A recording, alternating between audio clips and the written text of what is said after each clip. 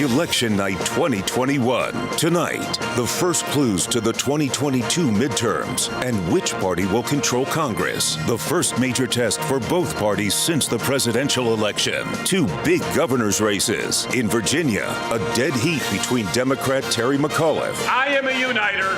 Glenn Youngkin is a divider. And Republican Glenn Youngkin. Do you want government control in your life or do you want freedom?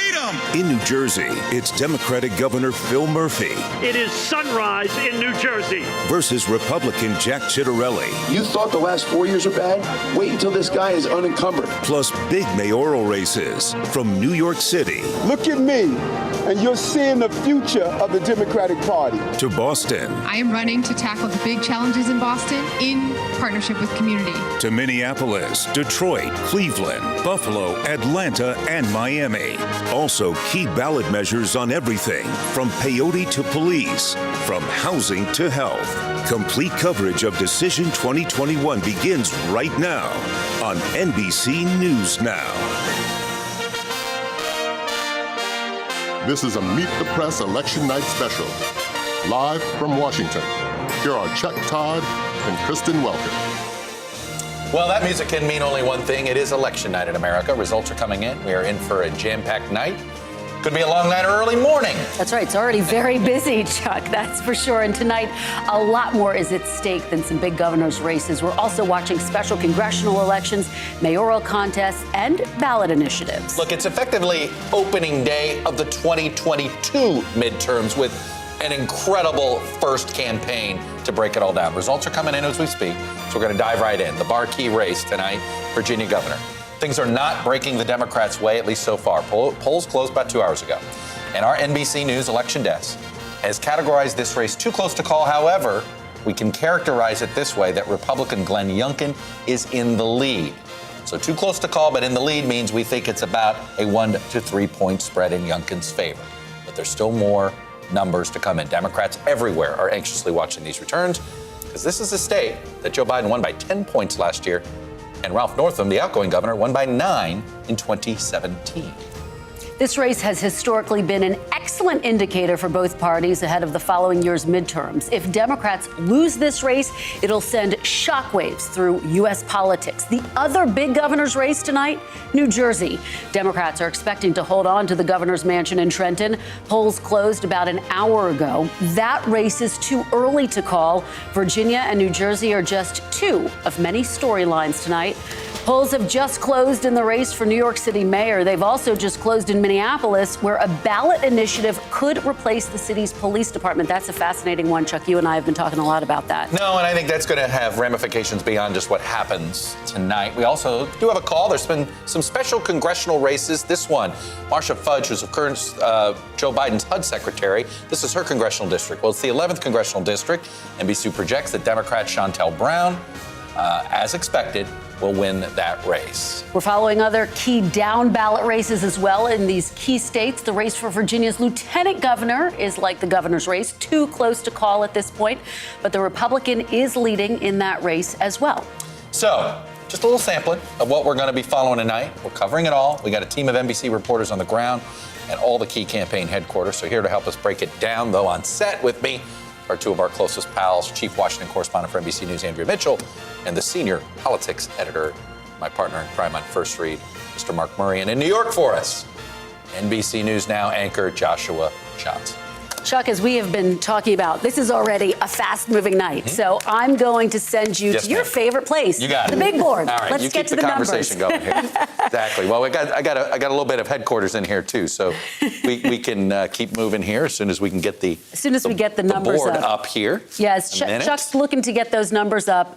Mark, let me start with you. Obviously, big national implications as Chuck's working on the big board. What are you watching for, and what are we seeing so far? Yeah, so far is Glenn Youngkin has the lead as we are characterizing. And again, just taking a look at, Virginia, it's not Wisconsin. It is not North Carolina. It is not not Pennsylvania. This is a state that has been trending in the Democrats' way over the last 2 decades. Now, it's also important to note that we've had 2 different forces at play: that Democratic performance over the last 16 years, as well as the fact that there has been, since the 1970s, the party that controls the White House loses this seat, with the one exception of when Terry McAuliffe won it in 2013 after Barack Obama had won re-election.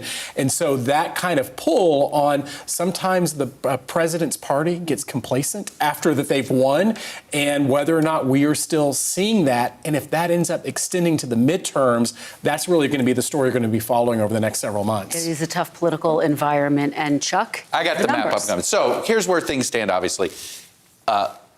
We have 2/3 of the vote in, and this is why it's looking kind of tough here for McAuliffe, and why we've characterized he's got over 200,000 votes to make up, and we know a lion's share of the vote out is in Northern Virginia. Now, there are some interesting pockets here. The biggest swing county that I wanted to pay attention to, not in Northern Virginia, was Chesterfield County. This is in the suburbs of Virginia. Just to give you a sense of what this county did. In 2020, this was a narrow Biden county, but I want to show you what it was in the 2017 race. This was also in Northam County, so Youngkin's winning. However, and this is why this race is still too close to call, we have none of the mail vote in, or the early vote in. Right now, this all appears to be Election Day vote. So we know the mail and early vote leans Democratic, in some cases heavily in favor of McAuliffe. What is that vote total? What does that do to these numbers? So that's why here. But so far on the Election Day vote, and this is what you see here, Youngkin have an advantage there. Now let's take you up to Loudoun County here, because Loudoun basically the sort of number one county that we all want to talk about. This is where the whole critical race theory seemed to take on a life of its own. We've got most of the county in. Just to give you a sense, this is what Northam did. So McAuliffe is performing 5 points lower than Northam is right now. You look at the presidential race, if I go back here to the presidential, Biden got over 60% of the vote in Loudoun. So clearly, Youngkin has made huge inroads back into the suburbs, at least gotten whatever the anti-Trump Republican or anti-Trump independent vote, that seems to have come home to a point. That in of itself may tell this story. But Mark Murray, you've talked about the death by 1,000 cuts for Terry McAuliffe, and it's in all of these red areas. Let's just take you to little old Bristol, Virginia here, Washington County, big Youngkin County here. But look at these raw vote totals. Yes, he's overperforming Trump. But again, look at the raw vote total. Gillespie, he's getting 5,000 more raw votes out of here than Gillespie did 4 years ago. Now look at Terry McAuliffe's number, and look at what Northam's number was. Terry McAuliffe is getting 400 more votes out of here. And this is a story essentially all through these rural counties, as you can see. Look at this one, Carroll County next door, 3,000 more just in the raw vote. Yet look at Terry and Northam, essentially the same. The Democratic vote's not changing. And in all of these cases, you see Youngkin is outperforming what Gillespie did in all of these places, much closer to Trump turnout than it is in these rural areas. And so if you have a Trump, essentially you have a presidential level turnout in rural counties, you have a good but not great turnout for Democrats in the suburban counties, this is how you have a tied race with Youngkin slightly ahead. And that's what's so fascinating, Chuck, the turnout, because this is not a presidential race. And I know we're still waiting for some of the numbers to come in, for example, to Loudoun, but the turnout was very large. No, it is. I'm sorry. I thought you were directing it there, Jenny. Look, you've seen in these red counties, turnout is up. Look, at the end of the day, though, we're seeing the Northern Virginia numbers came in, again, good for Terry McAuliffe. He's doing good. But the problem is he needs to do great here to overcome here. He's matching Northam here. Okay, that's fine. But we got more of it to come in. We know it's more Election Day vote. We think we've already gotten much of the early vote in Fairfax. So this number is likely going to dwindle down. McAuliffe's likely going to underperform Northam here a little bit. You know, so again, turnout good, not quite good enough. And again, we've underestimated Fairfax County before. I'm having flashbacks to the 2006 Senate race. George Allen had this thing won, and by overnight, 20,000 votes suddenly in one precinct in Fairfax, and it flipped the race. So there certainly is a history here of Northern Virginia delivering for Democrats, but right now, it looks like, to me, he's going to come up somewhere between 25 and 50,000 votes short. Andrea, respond, if you will, to what we're seeing, particularly what we're seeing in critical Loudoun County. Well, I was going to say, in Loudoun County, this is where critical race theory, this conspiracy theory that is really made up, it's not taught anywhere in Virginia schools. It was promoted, in fact, by a person who is connected to the Trump White House.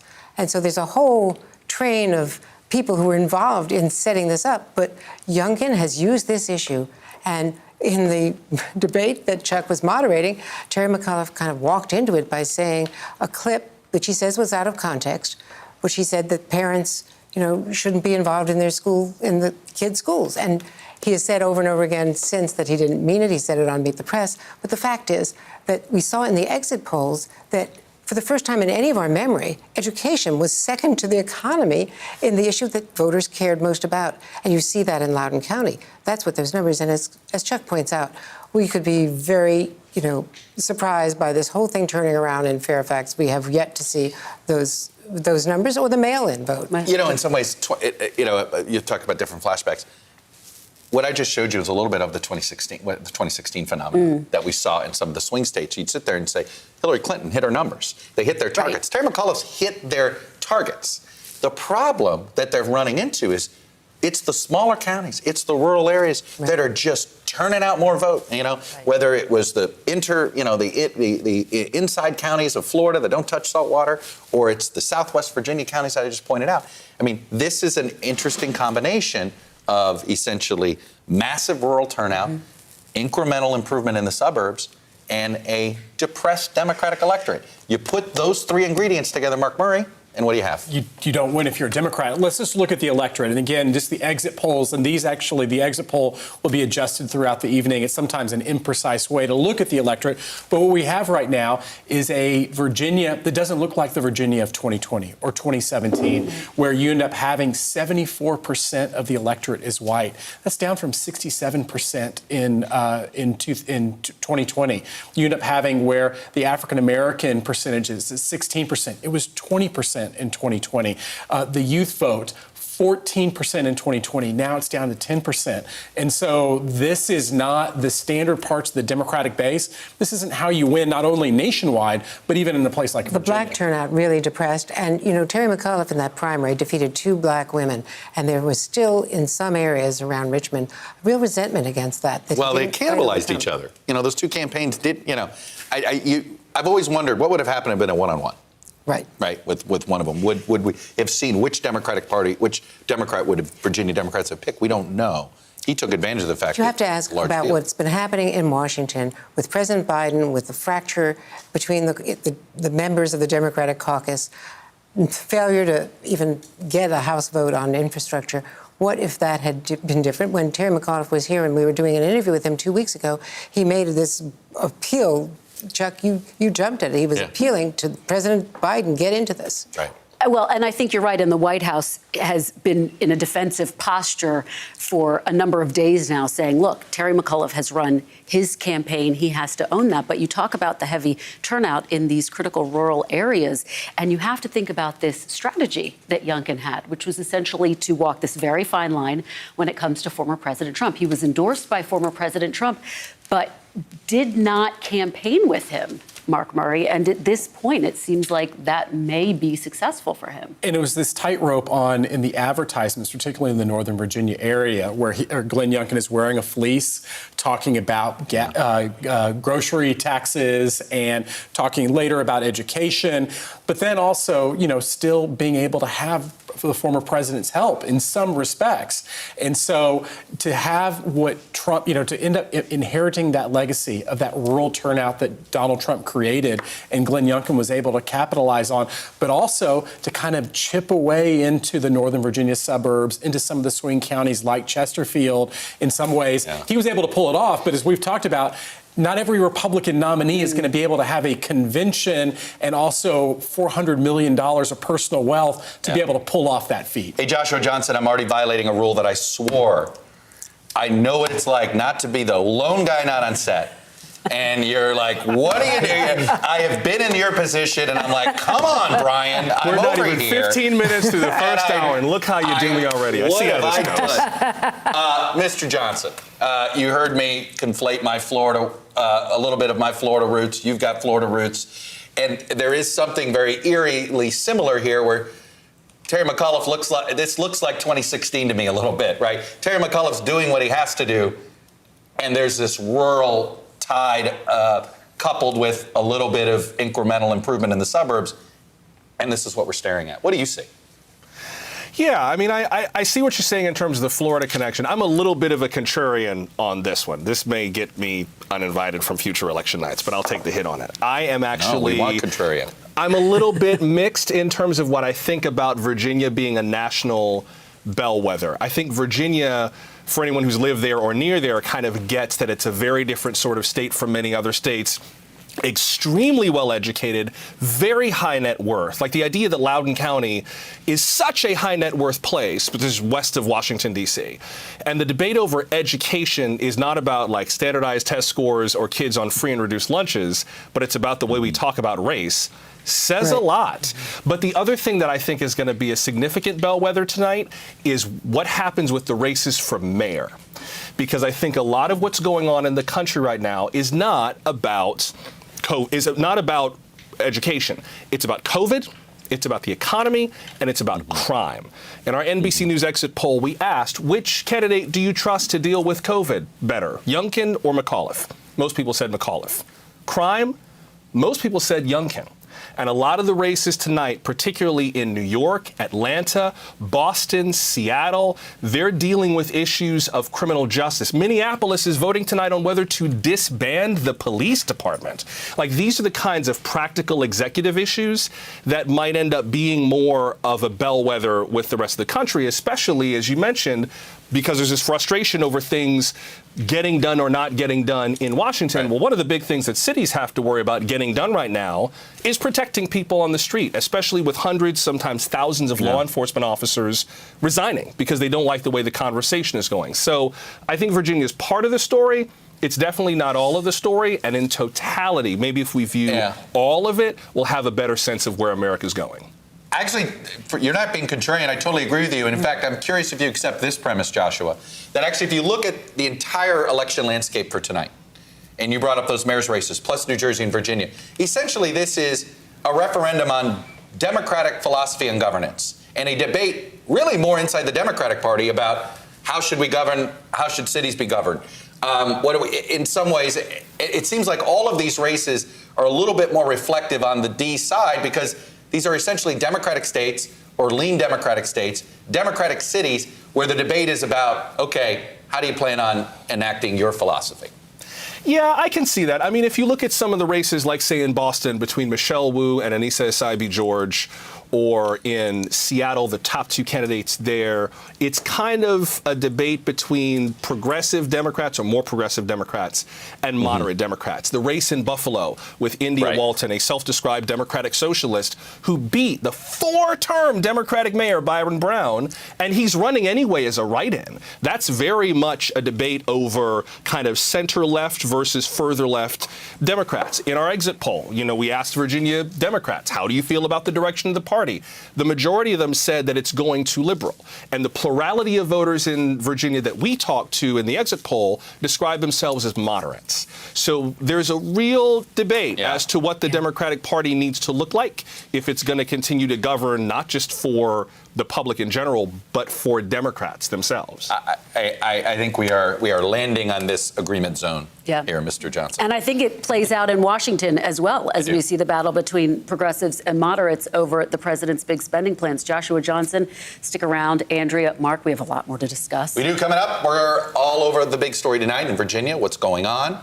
We'll head to McAuliffe and Youngkin election night headquarters for the latest on the ground and the good old check of the mood in the room. And this year, as we've been pointing out, our election night coverage is a multi-screen experience. So here we're playing the role of Peyton and Eli, obviously, Kristen and I. But you can point your smartphone camera right now, this QR code on your screen. This is pretty cool. Then you download the NBC News app. You track the latest returns as they come in. and you don't have to worry about us. Yeah. Well, then you worry about us after you track the returns. We'll have lots more on this election night. So get the popcorn, brew your coffee, and maybe pour yourself a glass of wine as well. Keep it right here on NBC News Now.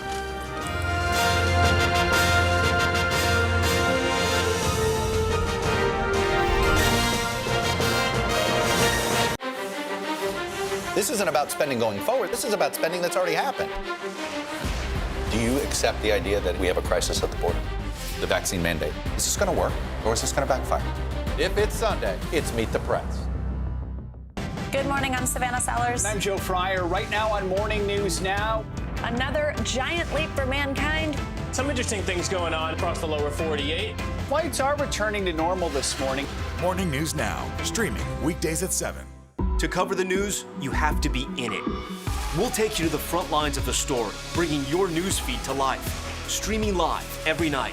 It's your news playlist. Top Story with Tom Llamas, weeknights at 7 on NBC News Now. Let's go. This is a critical choke point for this fire.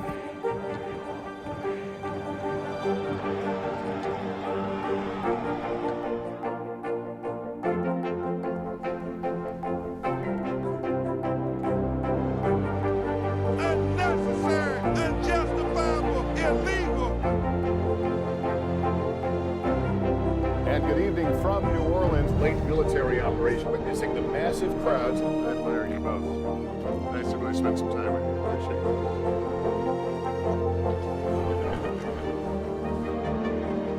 At any moment now.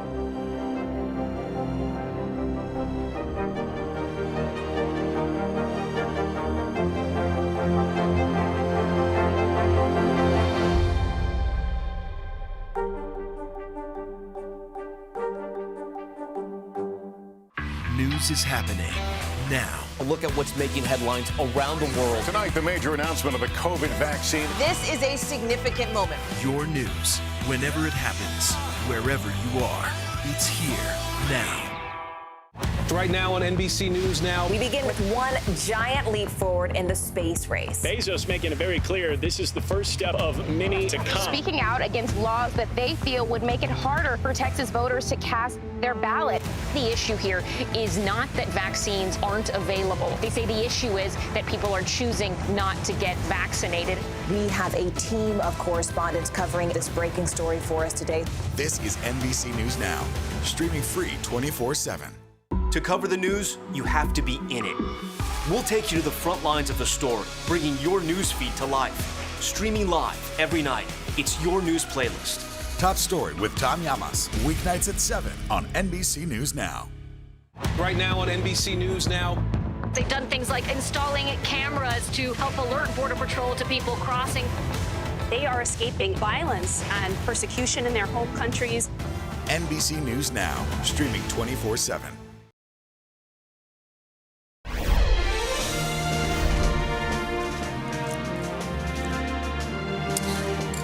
Welcome back to our Meet the Press Election Night special, live here from our studios in Washington, D.C. Right now, the big story is what's happening in Virginia. Look, a month ago, we would have called this a big upset. That's right. It just is. It is. It's quite a night here. NBC News election desk has the governor's race as too close to call right now. But we can report that Republican Glenn Youngkin is leading. If Youngkin pulls this off, it would be a major upset and a major blow to Democrats in Virginia and beyond. They are all watching this race very closely. All right, let's check the mood rings, if you will, at headquarters. We're going to go to our reporters on the ground, checking in with them all night. Chris Jansen is at McAuliffe campaign headquarters in Tyson's Corner. Garrett Hake is at the Youngkin headquarters for us. So, Chris, I'll start with you. Look, I'm going to be a little transparent here. We've had a few McAuliffe surrogates that we expected to be on our air that suddenly are not available. What's the mood like there? So I was just in touch with somebody who's inside the McAuliffe camp, and I said, what's the mood? And he responded with a single word, glum. Having said that, he also said, look, we're not giving this up yet. We still believe that in Fairfax County, we could be looking at potentially overperforming with the same-day vote. And very shortly after that, one of the senior campaign aides for Terry McAuliffe came over to me and said, look, we still consider this too close to call. We're looking at a number of different avenues, including urban areas. But look, we've been talking, you and I, Chuck, about this for the 4 days that I have been here, which is this enthusiasm gap. We have certainly seen it in the polls, but we also felt it on the ground. Who would have thought a month ago that Glenn Youngkin would end his campaign in what had been very blue, Loudoun County, where Joe Biden won by 25 points and Governor Northam won by almost 20 points. And the Democrats readily acknowledge that he ran a very effective campaign, particularly when it comes to education.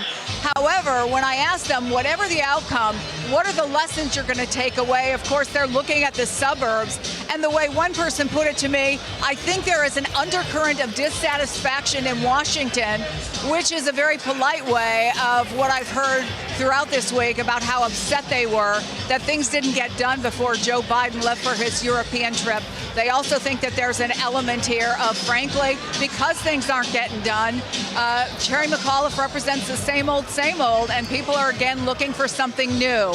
So the mood glum inside the camp, but they still say, too close to call, they believe that there are paths, however small. Chuck? Well, I'm impressed, Chris, that your source was being honest.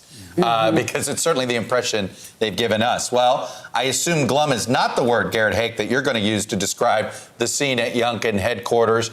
Tell us, there's already different conservative groups that have put out victory statements. Are they acting as if this is over, or do they? Okay. That was a quick answer. Take it away, brother. Chuck, the only people glum at this event right now are those in the back of the line for the bar. The Youngkin celebration event has been in full-on victory party mode for about the last hour. They're absolutely convinced that they've got this sewn up, that they hit the marks that they were trying to hit in places like Loudoun County, in the red counties that go down the spine of Western Virginia. They hit the Trump-style numbers that they needed to hit, and they've seen no indication that there's going to be any kind of last-second turnaround from the late numbers in Northern Virginia, Fairfax County, Arlington, Alexandria, and so forth. They think they've got this sewn up, and they were feeling confident over the last couple of days, not just because of this late surge, particularly focused on the education issue that Chris alluded to, but really going back to what they saw as a collapse in Joe Biden's numbers here in Virginia, starting around the time of the pullout from Afghanistan. As the Biden numbers start to get soft, they saw their numbers improve. They found this to be a winnable race. And then they felt like, and I heard this from sources in and around the Youngkin campaign in the last couple of days, that Terry McAuliffe ran fundamentally the wrong campaign here, that he ran maybe a Senate campaign, maybe a 2020 or a 2018 campaign, and that trying to make Glenn Youngkin into a scary, 6'5" Donald Trump in a sweater vest and khakis who shoots hoops just wasn't going to work here. Virginia voters were kind of past it, and that they didn't find Youngkin to be a scary figure, effectively giving a hall pass to independents, to moderate Republicans perhaps who had turned against the party during the Trump years, to come back on board. And that seems to be what we're seeing here tonight. But as you can probably hear around me at this party here in Fairfax County, Republicans feel like this is a victory party tonight. I bet. Look, we have a call that we're about to make in New York City, but I want to wrap up a quick Virginia discussion here. Mark Murray, Glenn Youngkin actually looks, if you put him in the lineup of Republican governors, he actually looks, any sort of demeanor, everything. Bob McDonnell, George Allen's governor's race, Jim Gilmore's governor's race, right? All of those Republican governors, Andrew and Mark, they ran very, don't call me a Republican race. And in each one of them, and they both ran very, there is a path. It is interesting. It almost looks, my gosh, he almost looks like George Allen to me.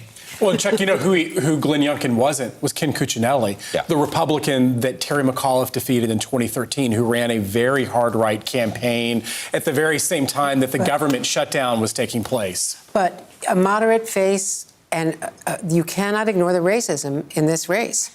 It is not just a subtext, well, it's not just a dog whistle. I think it's a new dog whistle. Right, we were talking about this earlier in the 80s. And it was a subtle one. Right, it was a very subtle one in this instance, talking about critical race theory, which, as you point out, Andrea, is not taught that we have found in Virginia And schools. it's a signal, which is what dog whistles are. Right. It is. All right. Well, we do have an official winner, and arguably, some would say it's the third most important job after presidency of the United States. And most difficult. And one of the most difficult. It's the new mayor of New York City. We're officially projecting Eric Adams. the Democratic nominee. Obviously not a surprise for those who've been following this race. We expected him to win this fairly comfortably. And, you know, Andrea Mitchell, Eric Adams, I'm still sort of having that flashback when he said, I am the face of the of the current version of the Democratic Party. It's going to be fascinating to watch him. Yeah. Just a quick note about Curtis Sliwa, whom we've seen in New York politics and activism for decades. But the fact that he had all of those cats in that one-room apartment, I still can't get over that. I mean, I still remember him from the Guardian Angel days. Exactly. I didn't think that guy's like, is he the son of that guy, or is that still that guy? That is the guy. And I think Eric Adams, Andrea, I think he's interesting. He's the second African-American mayor to be elected in New York. And he really had a law and order message at a time when we are debating this discussion, defund the police. And of course, there are various versions of that. But he comes from that community. As he says, is Joshua Johnson, Eric Adams. Yeah. The role he's going to play. What do you expect? I think he is interested in being part of the national conversation. I don't think he's interested in being Mr. City Hall. No, he may not be super interested in being Mr. City Hall, although he's been speaking to a lot of issues here in New York that New Yorkers are very concerned with. I think one of the big ones, like we mentioned earlier, is going to be law enforcement. There was this big fight. There's been this big ongoing fight in terms of vaccine mandates and what's going to happen with Fire Department of New York and NYPD if they don't get vaccinated and if they don't report their vaccination status. There had been concerns that there would be a mass resignation that seemed not to materialize. And Curtis Sliwa tried to speak to some of those issues. Now, we're projecting that he will not prevail, but the issues aren't going to go away.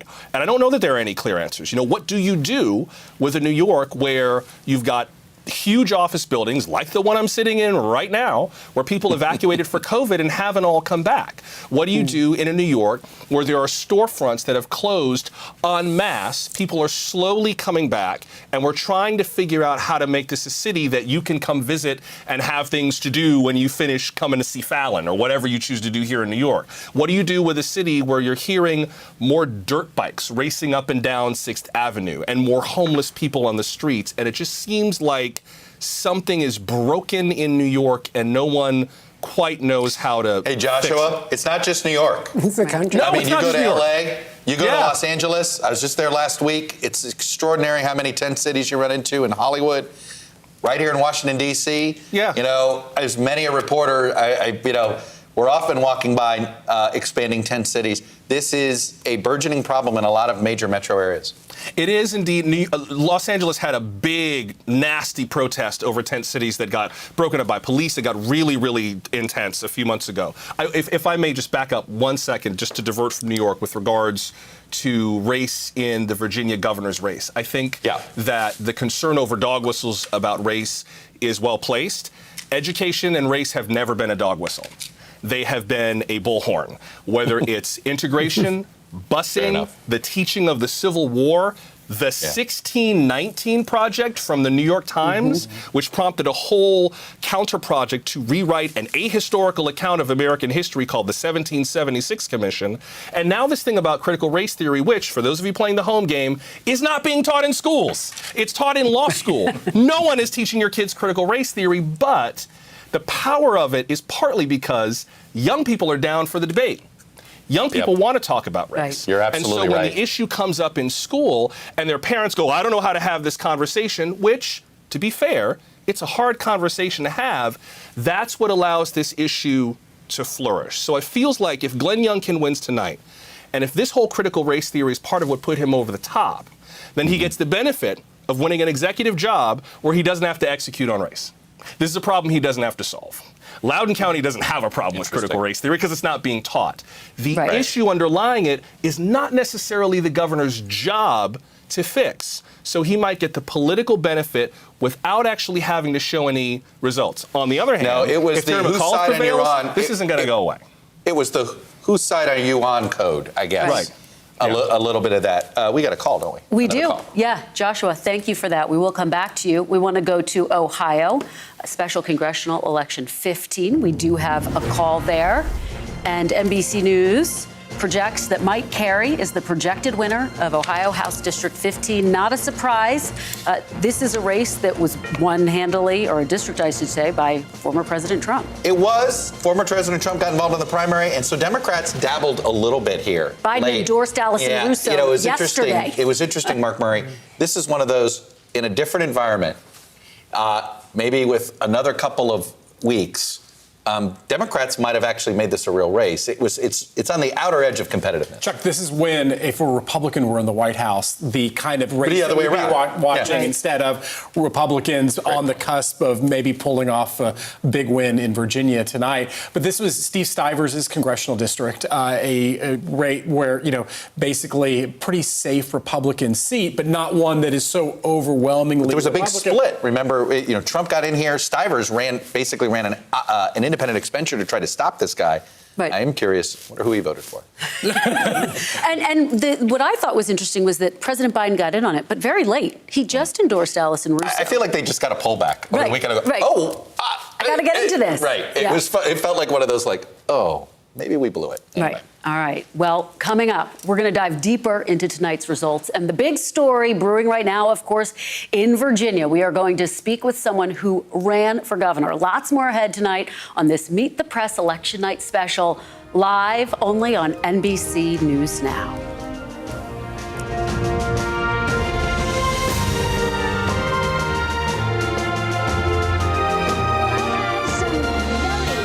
Good news for you. We didn't just win tonight. Fire has grown leaps and bounds. What you see behind me is typical. How you doing? Pretty bad. News is more than a headline. It informs, it inspires, and it still matters. To cover it, you have to be in it. And that's what we're gonna do. Every night, we take you to the front lines of the story, where it's actually happening, with NBC News journalists on the ground from all over the world. We cover what you need to know and bring your newsfeed to life. In primetime and streaming live, it's your news playlist every night. Top Story with Tom Llamas, weeknights at 7 on NBC News Now. Sometimes the news can be difficult and overwhelming for kids to understand. Will coronavirus come back next year? So to help make sense of it all, we've created a newscast just for them. Man, you know a lot. We hope your family will watch Nightly News Kids Edition. To cover the news, you have to be in it. We'll take you to the front lines of the story, bringing your newsfeed to life. Streaming live every night, it's your news playlist. Top Story with Tom Llamas, weeknights at 7 on NBC News Now. Let's go.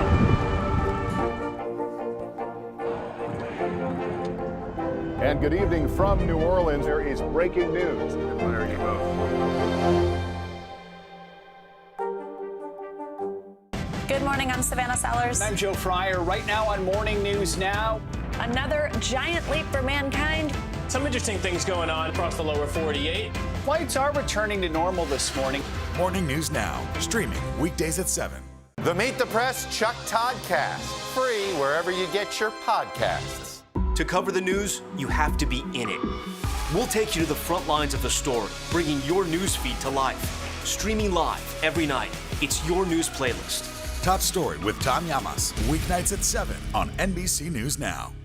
Sometimes the news can be difficult and overwhelming for kids to understand. Will coronavirus come back next year? So to help make sense of it all, we've created a newscast just for them. Man, you know a lot. We hope your family will watch Nightly News Kids Edition. Right now on NBC News Now. We begin with one giant leap forward in the space race. Bezos making it very clear this is the first step of many to come. Speaking out against laws that they feel would make it harder for Texas voters to cast their ballot. The issue here is not that vaccines aren't available. They say the issue is that people are choosing not to get vaccinated.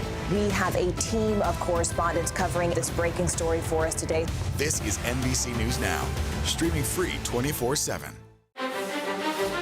This isn't about spending going forward. This is about spending that's already happened. Do you accept the idea that we have a crisis at the border? The vaccine mandate. Is this going to work or is this going to backfire? If it's Sunday, it's Meet the Press.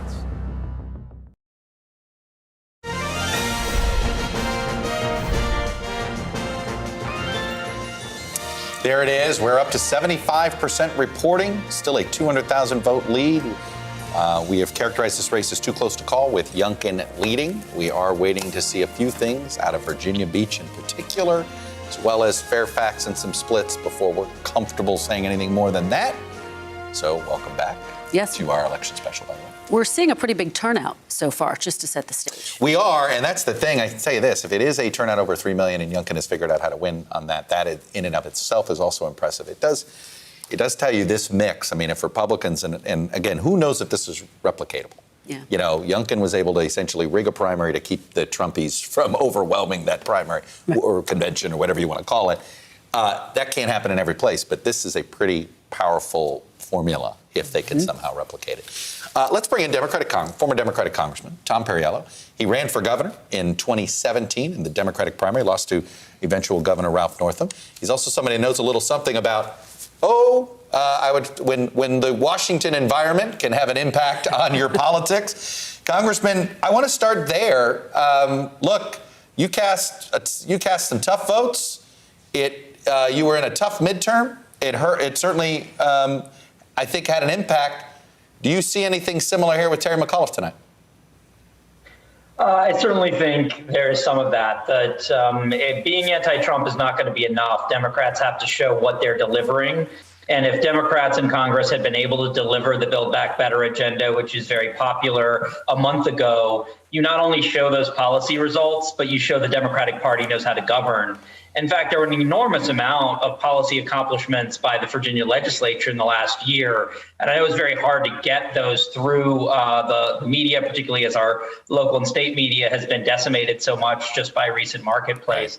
So I think the message that National Dem should take from this is get the darn agenda passed, get it passed soon, and get out there and show what you're standing for, in addition to being honest about the threats we face from Trumpism renewed. And I take your point, but I'm curious, to what extent do you think that Terry McAuliffe is having a tough night so far because of the campaign that he ran? Because he did spend so much time talking about Trump, because when he made that gaffe about education and parents, it took him a while to clarify. Would you say that he should have made some adjustments to his campaign sooner?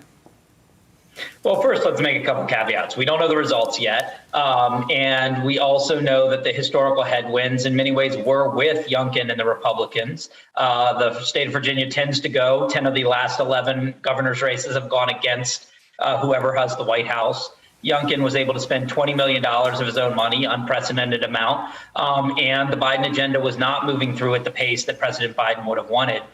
So all of those worked against, I think, the Terry McAuliffe campaign. And I think that, with that enormous war chest, Glenn Youngkin was able to come across as kind of a kinder, gentler form of Trumpism that didn't necessarily produce the same kind of vitriol, at least in the coverage. That being said, I think when we know what happened was this a situation where the Republicans were able to run up numbers in the more rural counties? Was this a shift in the suburbs and or the exurbs? And what were the issues that helped to drive that? It seemed like Youngkin tried early on to focus on the tough on crime message, and that didn't really work. I think criminal justice reform has continued to gain broad popular support, but some of the school board cultural issues with deep racial connotations do seem to have resonated as well. It does seem as if we do have at least an idea here of if McAuliffe comes up short, that essentially turnout was presidential-like in the rural areas for Youngkin. And turnout was fine for McAuliffe in the Democratic counties. But there is some noticeable turnout misses, particularly in some key African-American counties. Young voters didn't turn out the way they did in the presidential. What is your sense of why the full coalition wasn't as animated here? Is it exhaustion? Is it Terry McAuliffe wasn't talking to them directly? Do you have a theory? It's early. I mean, I think, it's certainly true that younger voters and African-American voters want to see Congress pass the Voting Rights Act and democracy reform. They want to see the White House fight for that. And after helping to deliver the presidency, they don't want to feel like they're taken for granted. And I think if the Democrats are able to deliver that nationally, that will help going into next year. I also think, there was an opportunity to have the first Black woman governor potentially with two strong candidates in the primary. But Terry won that overwhelmingly with primary voters and was seen as the safe candidate going forward. I think, again, we're going to have to see a lot from the polling. What I do think you can take from the rural turnout is if anyone on the Democratic side thought that somehow these culture wars were going to go away without Trump, that strategy needs to be revisited. Yes, critical race theory is both a deeply racist conspiracy theory and not, in fact, being taught in schools. But it's something we're going to have to talk about and address because it's clearly something that is animating folks. In many of those rural counties, you had school board races that were part of that turnout. In the same way that 4 years ago, you saw this incredibly talented and diverse set of delegate candidates as the first wave of resistance get elected. And sadly, many of those are going to be seeing defeat tonight, it looks like. Right. I think it's a really important point, and clearly the discussion about education and all of the topics related to that not going anywhere. Former Representative Tim Pierella, thank you so much for joining us. We really appreciate your perspective. It's great talking with you. All right. So what's the Virginia governor's race all about? Well, that really does depend on who you ask. Glenn Youngkin put education, as we just said, front and center. But Terry McAuliffe, he went all in on Donald Trump. We'll talk strategy with our political experts next. And again, get that smartphone out. Go right now, put your camera to the QR code on your screen, download the NBC News app, and track the latest returns as they come in. Still got a lot of cities to come in. We got lots of stuff. Still got to finish up both Virginia and New Jersey. We'll be right back.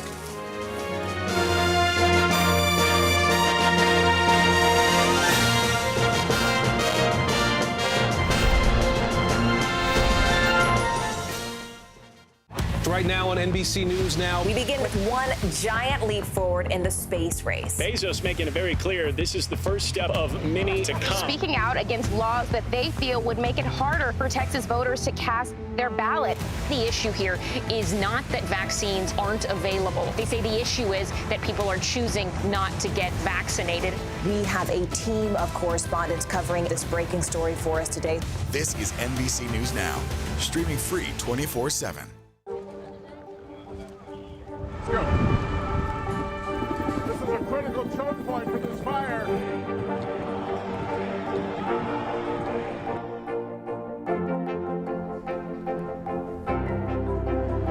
And good evening from New Orleans. Nice to really spend some time with you. Appreciate it.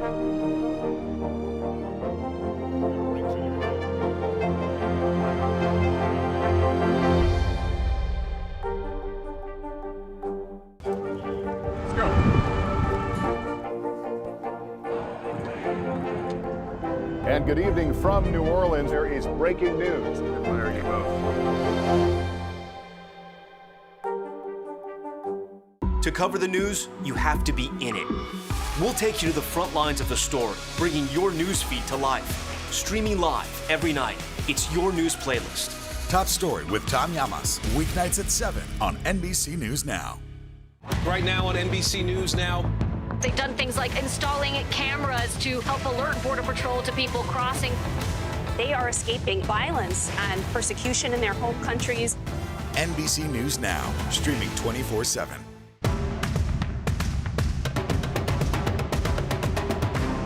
The fire has grown leaps and bounds. What you see behind me is typical. How you doing? Pretty bad.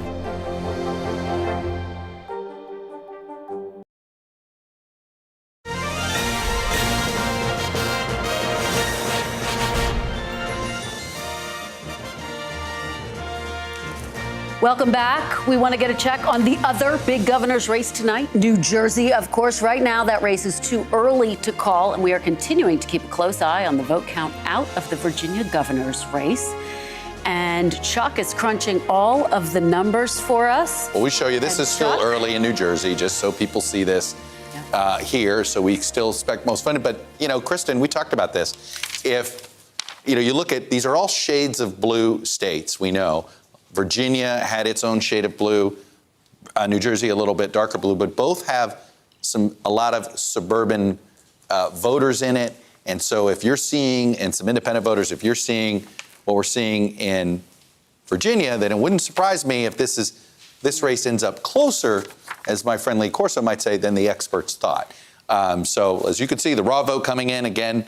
We expect Republican numbers to come in earlier. Well, you just see we just got a big dump and it flipped the race there. And Chuck, just to follow up with you, former President Trump lost the suburbs. And what we're seeing are these Republican candidates trying to win them back. Well, look, let's just remind people here. I mean, he is overperforming Trump, but, this was a 16-point win for Biden here. So obviously, and if you look, Virginia was a 10. Well, we just saw Youngkin has sort of improved that anywhere from 10 to 12 points. We'll find out what it is. We look here, and if it just improves this by half, this is, again, it's just all part of the environment conversation, the electorate conversation, the national conversation here. But this is just another piece of the national puzzle here. This was not a good political environment on this day for Democrats, whether you're in Virginia or New Jersey. Yet another data point underscoring that point. All right. And we continue to watch the numbers in Virginia as well. But we do want to, I believe, head out to Antonia Hilton, who has been watching the race as it unfolds. And Antonia, tell us what you are watching, where you are. Hi, Kristen. I have a couple major takeaways from tonight. The first is that these school board fights over race, diversity, and history that we've seen transpire in the suburbs that you've mentioned all across the country, those were not sideshows. Those were the story. And the political ramifications and the increasing partisanship that we're seeing at the local level in communities around the United States, I think Virginia is starting to tell us that that is going to have an effect on elections to come in the midterms and probably well into 2024. The other thing that I'm really struck by as I watch these races is just the enduring legacy of George Floyd, actually, because an important piece to remember when you look at these critical race theory fights in Virginia and elsewhere is that much of this started as backlash to movements in schools that happened right after George Floyd's death. Teachers tried to bring in new books with diverse perspectives. Some administrators tried to launch new diversity and training programs for administrators who say didn't have much experience with populations of color in school.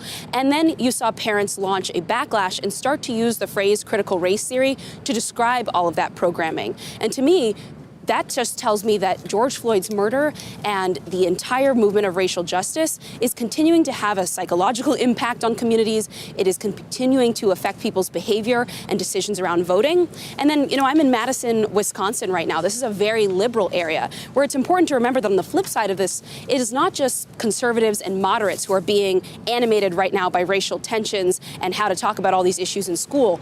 Progressives are too. And what I'm hearing is really the opposite. As we see one community want to pull away and keep these conversations out of the public sphere, we see another group of voters say, I want candidates who are going to talk openly about racial inequality. I want candidates who are diverse and are going to fight for criminal justice. And these students here on this campus, while they may not be experiencing the same school board fights that we've seen in communities like Loudoun County, Virginia, they are paying attention to them, and it's factoring into their voting decisions and to the candidates that they plan to support as well, Kristen.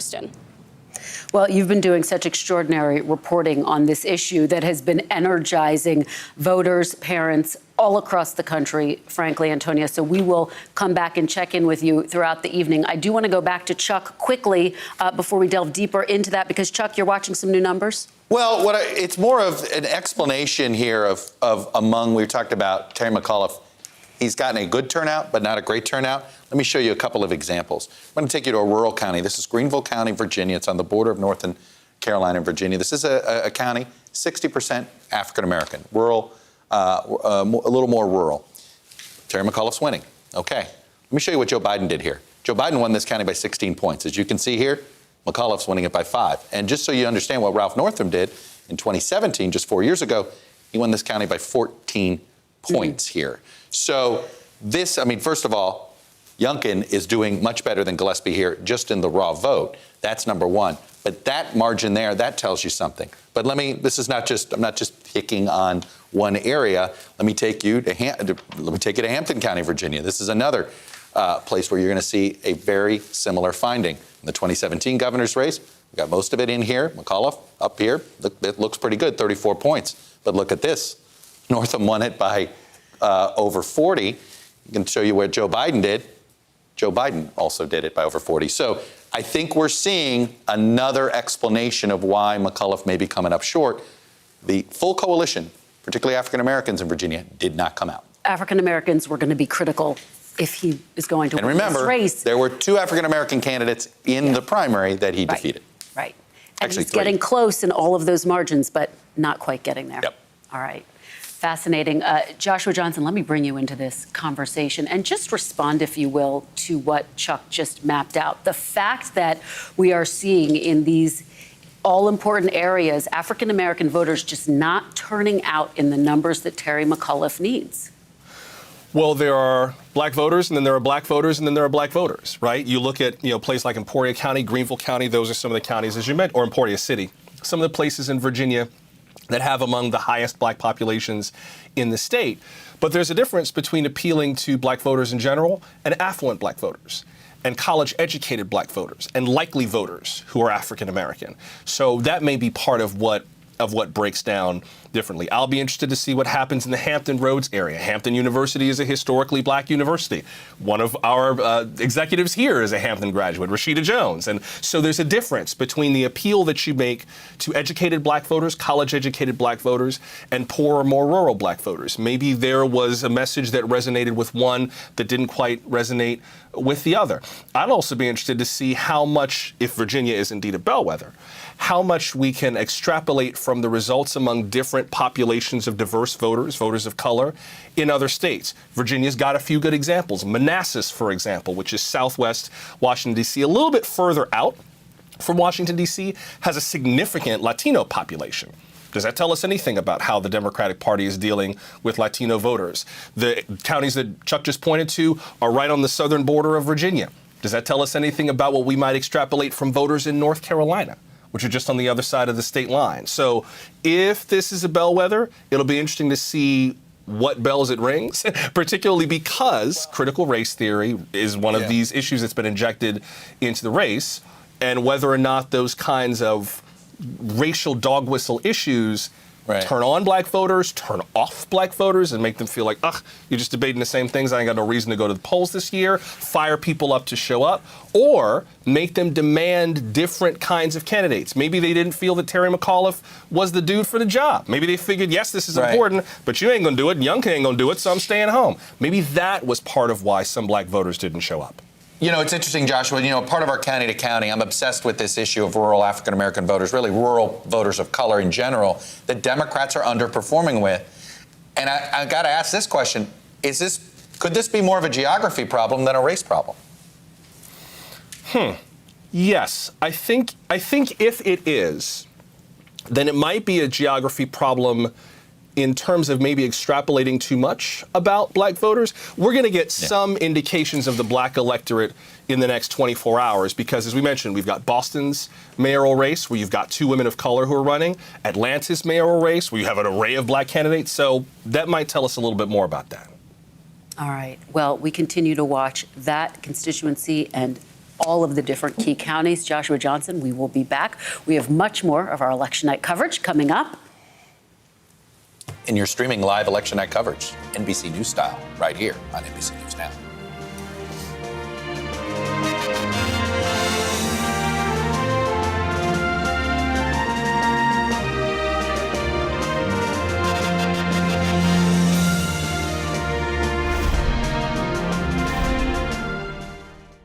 News is more than a headline. It informs, it inspires, and it still matters. To cover it, you have to be in it. And that's what we're gonna do. Every night, we take you to the front lines of the story, where it's actually happening, with NBC News journalists on the ground from all over the world.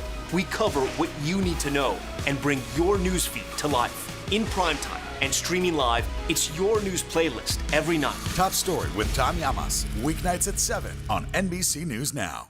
Right now on NBC News Now. We begin with one giant leap forward in the space race. Bezos making it very clear this is the first step of many to come. Speaking out against laws that they feel would make it harder for Texas voters to cast their ballot.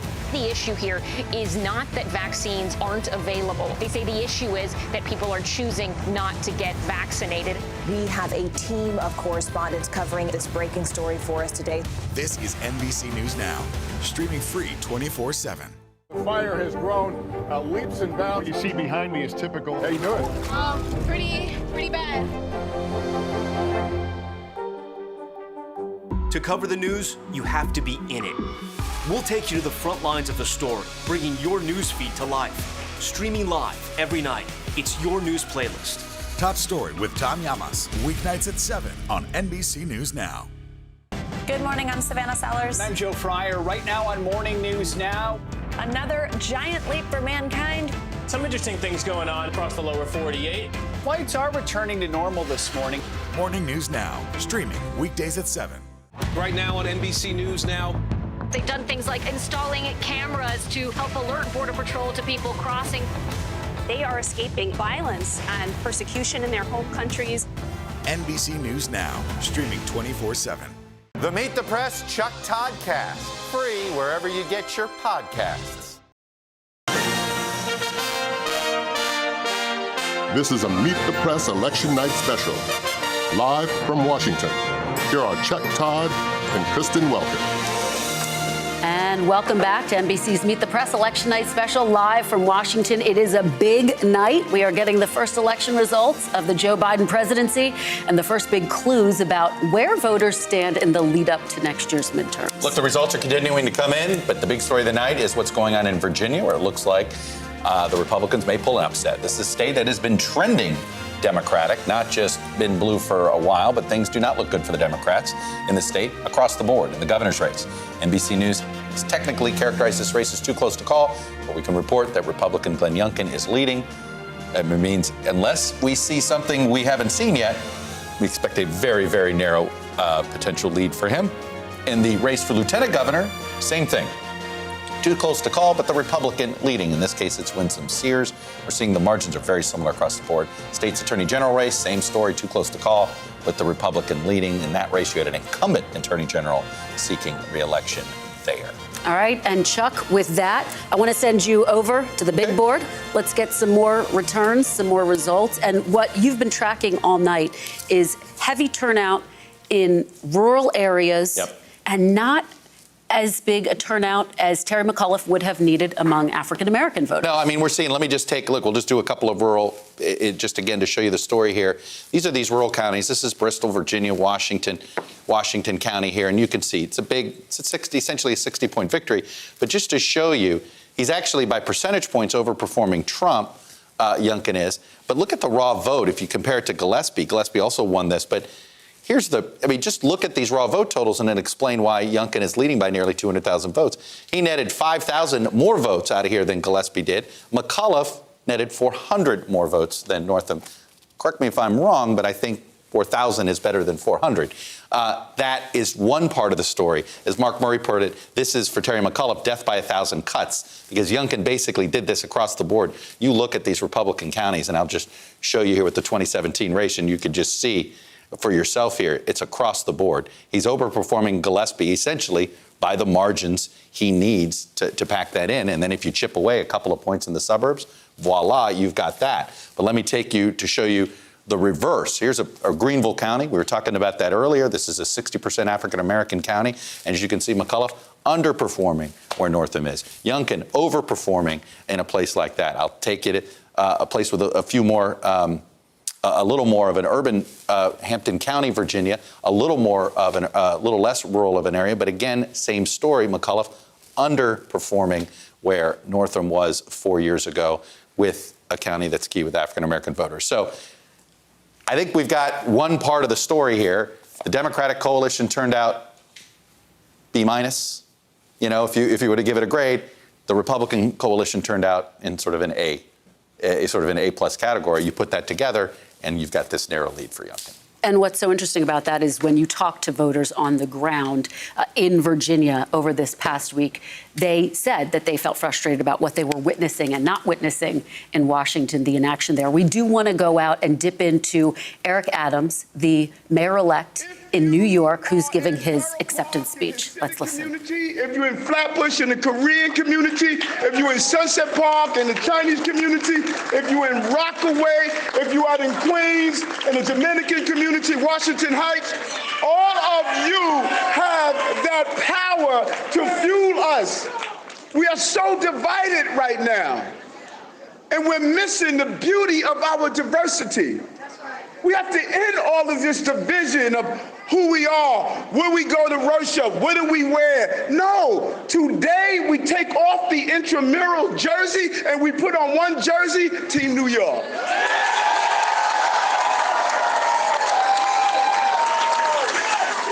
So New York City, brothers and sisters, and I just need to pause for a moment because it's so important for me to do this.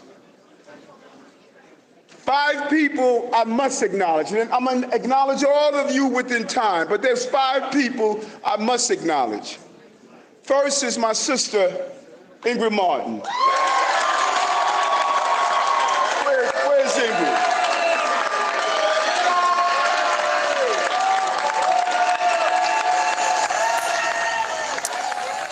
Eric Adams there giving a victory speech. Kristen, and we were talking about that earlier. I do think he is going to be a more and more familiar name to people nationally, not just because he's the mayor of New York City, of course, means cameos in your favorite New York City-based TV shows, right? Right. But I think he must be a player in national politics. I think he might be, and he is one of the people who's shaping the debate around policing, which is one of the issues that we've been talking about, that we've been thinking about. And this is someone who's a former police captain who has said that he wants to give more resources to the police department there in New York.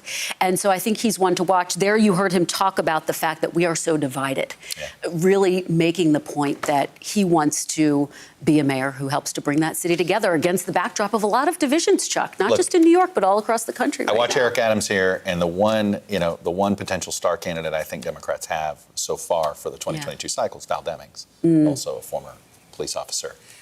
Interesting point. African-American woman who I think can talk about this crime issue with some interesting credibility in a way that Eric Adams did and was able to have sort of change the conversation. It's just something to think about. I think so. There.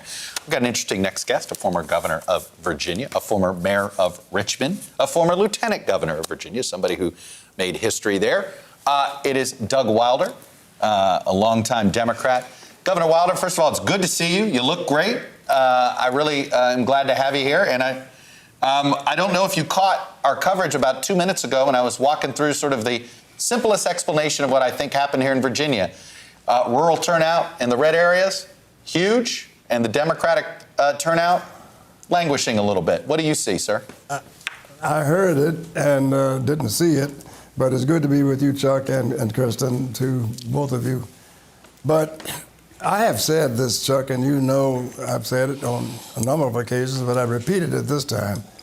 No Democrat is going to win a statewide office in Virginia without strong African-American support. That's just simple as that. Now, why? Because it's a fact. Now, that being the fact, then you get to the next question. What did Terry McAuliffe do to earn that vote, to earn that support? And I've asked that question on any numbers of occasions. You do know that Terry McAuliffe was the first person to call for the resignation of everybody because of blackface. So that's race insinuated into the equation. The lieutenant governor was black. Terry McAuliffe called for him to resign, said he was guilty without saying guilty, but as the governor of the state, you're going to not believe in due process of law. The man hadn't been tried for anything, nor charged with anything. And so when you said the two of them had to resign because of blackface, then you turn around and run with one of them as your attorney general, and then at Mark Herring, and then you seek the endorsement of the other. And then when the real question comes up as it relates to historical black colleges and universities, what did you do when you had an opportunity as governor before? So little. And what are you going to do now? Not even mentioned. Glenn Youngkin, on the other hand, said any budget that he puts in is going to have monies and funding for historical black colleges and universities. And he said that publicly everywhere he went. Now, the message that people were looking for was relativity. What did you do before? Well, the only thing that I heard McAuliffe speak much about was that he was made famous his getting the expansion of Medicaid. Well, that was done by a person who was a lieutenant governor who broke the tie vote. But for Justin Fairfax tie vote, we would not have had Medicaid expansion. So take that away. And I watched you, Chuck, when you were questioning McAuliffe on your show. And I saw how he hardly answered your question that was not just rude, but almost, how dare you ask me this, right? And you were very polite, you were very kind, as you usually are. But so you come away from that by saying, if you're not going to answer this person's questions, you're not making a case known to the public, and I'm not asking you, Kristen, to tell me what it is that he could say to the black community that they should vote for him for because you couldn't provide it. But I would say that that message was resonating in the communities. They couldn't find anything that motivated them to the point, and I listened to you go through the makeup of the counties and the areas. Sure, it was down, continuingly down. I saw it, I knew it. Glenn Youngkin called on a regular basis to try to find out from people what was going on. The unfortunate That's interesting. So, Governor, wait, let me back up there. It sounds like Glenn Youngkin wooed you a bit more than Terry McAuliffe did. Did you hear more from Youngkin over the last 6 months than you did McAuliffe? It's a matter of wooing. McAuliffe, when he decided he was going to run for office, he called and said that, I just want you to know I'm back in the saddle, and I will catch up with you. That was the only time I've ever heard from him, and I've heard another word from him. Youngkin, on the other hand, called regularly to ask certain things, particularly about HBCUs and funding for them and what was possible and what could take place. I endorse no one because, as you know, I'm at the Wilder School of Government and Public Affairs at Virginia Commonwealth, and we do polling. Our poll was the very first poll that came out to show that it was a 3-point difference, that it was within the percentage point of error, that's plus a 5. And so I don't know that there ever was any commitment made to satisfy the concerns or the questions. Because when people would ask me, I would say, I don't know, I don't have any communication. He didn't have to call me, he didn't need me. But the point is, he needed to establish communication with the people, and that never took place. Governor, big picture, if you are the White House, if you're Democrats, if you're watching this race, what should you be taking from it right now? And I've been talking to White House officials who say, this is Terry McAuliffe's race, this has nothing to do with the Biden agenda. What do you think Democrats should be taking from this right now? Well, Kristen, I watch you when you ask those questions in the White House press conferences. I think Joe Biden has got to make some understanding and a commitment as to what he is going to be doing for that community of people as it relates to infrastructure, as it relates to spending, as it relates to health. Education is always a #1 priority. If I were concerned with at the national level, you've got to say, well, Joe Biden, you haven't dealt with the issue at the border. Your vice president hasn't dealt with that issue at the border. Tell me, what is it that can be the thing that would make people want to see Democrats continue? It's not a good thing to lose Virginia. And you know, Chuck, you live here. The Virginia people have come from everywhere. Many people come and work in Washington, and they live in Virginia. They know Virginians. It's a very proud people. And so that resonates across the country. The issue is, what is it that you can speak to of a unifying nature at the national level to make people recognize that Trump is gone. He may never come back. Run for something else other than being anti-Trump. And that's another of the things that I think that McAuliffe fastened too much on. Trump is not running on this ticket. He wasn't around. Doug Wilder, it's always great to get your perspective, because one thing you never do is pull a punch, talk it straight. And it's exactly why I wanted to talk to you tonight. I just had a feeling. Well, I knew where things were headed, and I knew you had a lot to say. Well, you're very kind, both of you. And Chuck, keep doing it like you've been doing it. And Kristen, I'm going to be watching you. Thank you, Governor. I appreciate that. Thanks for joining us. Thank you very much. Thanks. Well, we now want to bring in Cornell Belcher, Democratic pollster and MSNBC political analyst. And also with us is Kristen Stoltis Anderson, Republican pollster and Washington Examiner columnist. Thanks to both of you for being here on what is shaping up to be a really exciting night. So, Cornell, let me... Well, just react to Doug Wilder. Fast moving.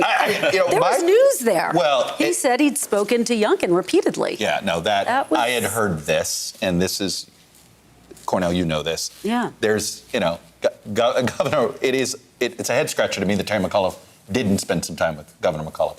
Every Democrat that learns to run this race, Doug Wilder's not an easy endorsement. No. He never wants it to be. He really does, and he gives everybody a fair shake, whether you're Republican or Democrat. He always has. It's been consistent with him. What do you think of his take? Well, he's such a historic figure, and just he was one of he was one of the people who actually got me involved in politics because growing up there in Virginia. But I think the governor hit a couple of important notes. One thing I do want to say is the narrative about this is already being written. We are not going to blame this loss on the backs of black people. We're not. If you look at that. I think he was blaming Terry McAuliffe for not talking to black folks. Well, I think that's right. But you remember Meet the Press, this Sunday I said it's going to be sort of the turnout. Are young people going to be there? African-American people going to be there? And what you're seeing, you just said it, it's an A turnout for Republicans. It's a B turnout for Democrats. And it's a generous B. And it's a generous B. Maybe not a B, maybe a B minus. But that is what's problematic about midterms. And I also said this, and you were taken aback by this. Catastrophic if Democrats lose Virginia. And you think this is catastrophic? This is catastrophic. Now, they'll try to spin this, but Chuck, this is catastrophic. It's time to hit the panic button because the base is not motivated. African Americans are not turning out where they are. And by the way, the suburban voters that we thought we had moving toward us, when you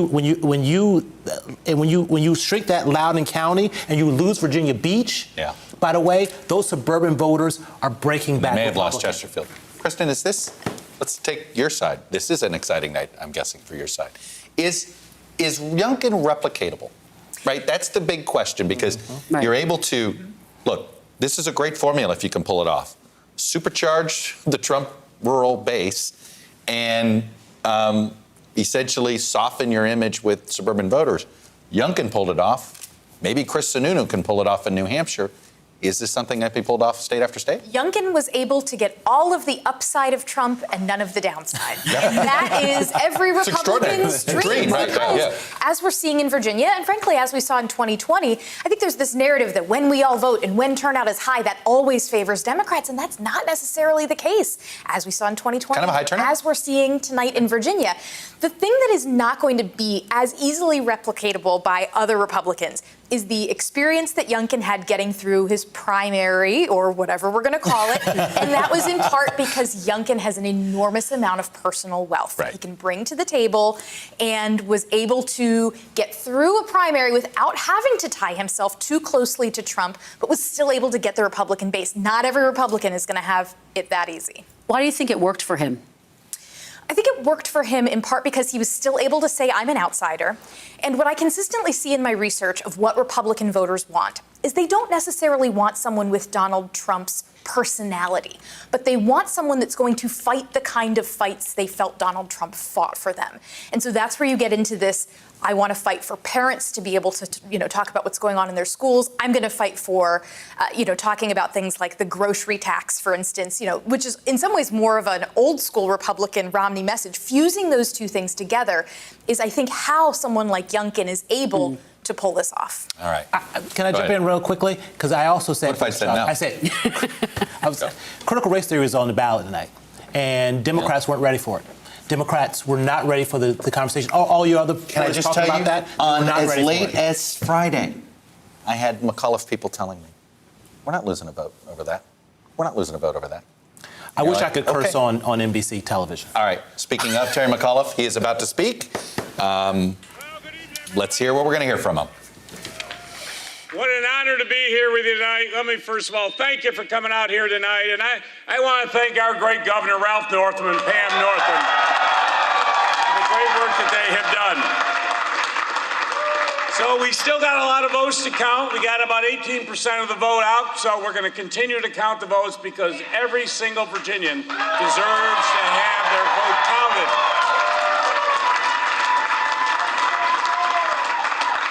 Let me first of all, I want to thank everybody here with us tonight. It has been a great campaign. I started this campaign 328 days ago. I have done an average of 7 to 10 events a day for the last 328 days. And it was great to be out here. And we opened up this campaign. When I kicked off this campaign down in Richmond with my great co-chairs, LeVar Stoney and Louise Lucas and Charnel Herring, to talk about how we needed to rebuild all of our schools here in the Commonwealth of Virginia and raise teacher pay and get every child access to a pre-K education and to get everybody access to broadband here in the Commonwealth of Virginia.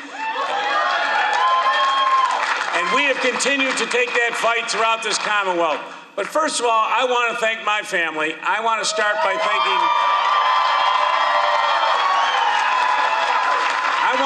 my wife, Dorothy.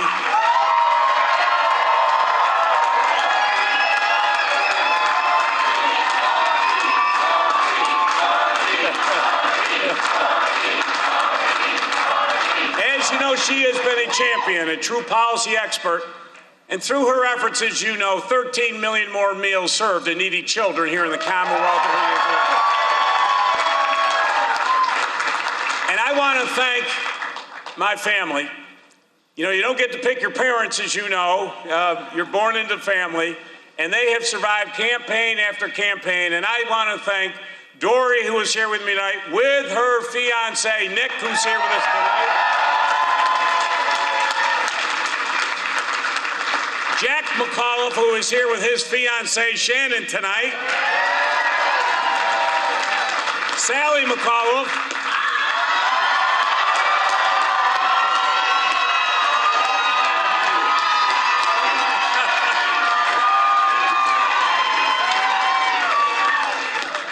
And Peter McAuliffe.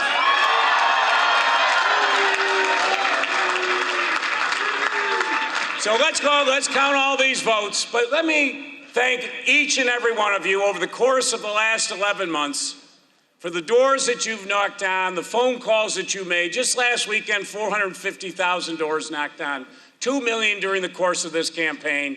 I want to thank you. The McAuliffe family loves each and every one of you. Thank you for what you've done for this campaign. And I want to thank my campaign staff. It was the greatest campaign staff ever assembled, and give them a great round of applause for all the great work they have done. But folks, as I said long ago, this is a different state. When Ralph and I were elected 8 years ago, we have made our state open and welcoming, but the fight continues. We got to make sure we protect women's right to choose here in the Commonwealth of Virginia. We got to make sure everybody gets quality, affordable health care here in the Commonwealth of Virginia. Everybody's entitled to a world-class education here in the Commonwealth of Virginia. And we are going to continue that fight tonight and every day going forward. So I just want to thank all of you for what you have meant to us. I look around this room and I see so many friends we've worked with for many years. This is a different state. We are the greatest state in the United States of America, and it's because of you. Thank you. God bless you, and let's go on and forward. Thank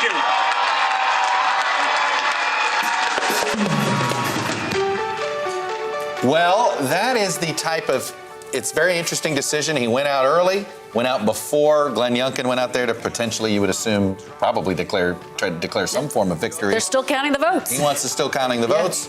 But that's also a signal to the supporters you can go home now. That's right. He talked about his campaign, and we fought a good fight. A little past tense in there? You caught a little hint of a past tense in there, I thought.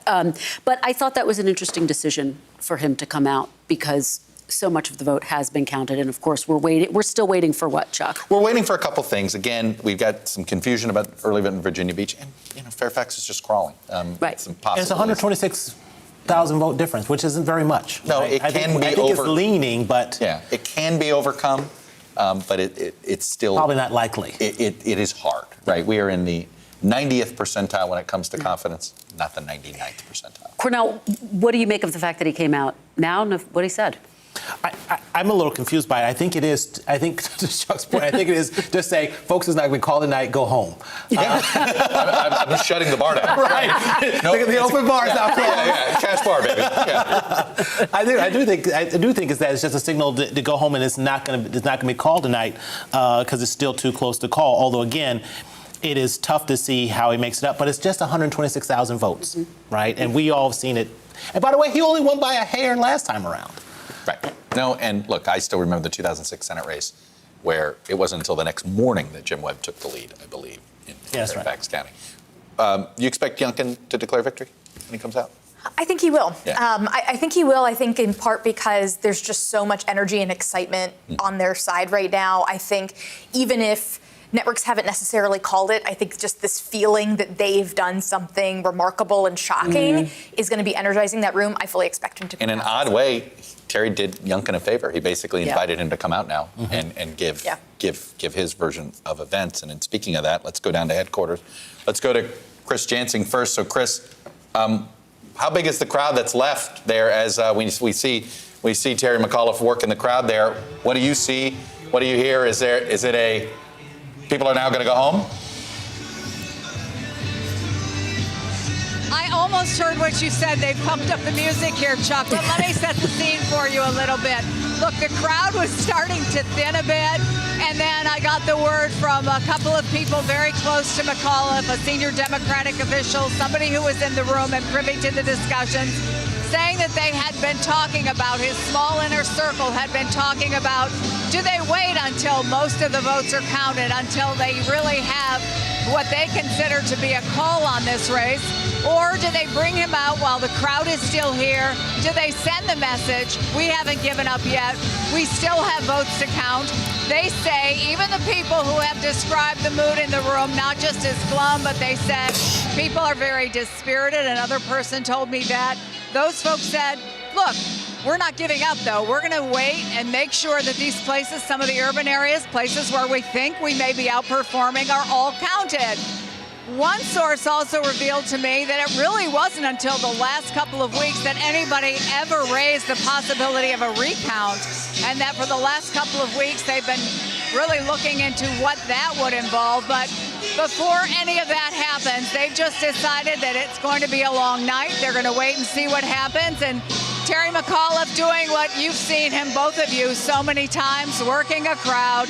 He is right when he said tonight that he had been out on the campaign trail 7 to 10, very different kinds of events every day. I think they've knocked thousands of doors today, trying to make a last-minute get-out the vote push. But now it's just in the hands of the Steve Kornackis and the vote count. Guys? That's absolutely right, Chris. And I think the word you use, glum, kind of underscores what we were tracking and his decision to come out. And let's go over to Garrett Haake, who is at Glenn Youngkin's headquarters, and very different mood there. Garrett, are we expecting to see the candidate anytime soon? Yeah, Kristen, I think we should probably expect to see Glenn Youngkin sooner rather than later here. I don't know what the reason would be for him not to come out and speak after that non-concession speech from Terry McAuliffe. Some of the folks I've been talking to in the Youngkin orbit are kind of agitating, wondering when a media organization perhaps might call this race. You see that from time to time in close races.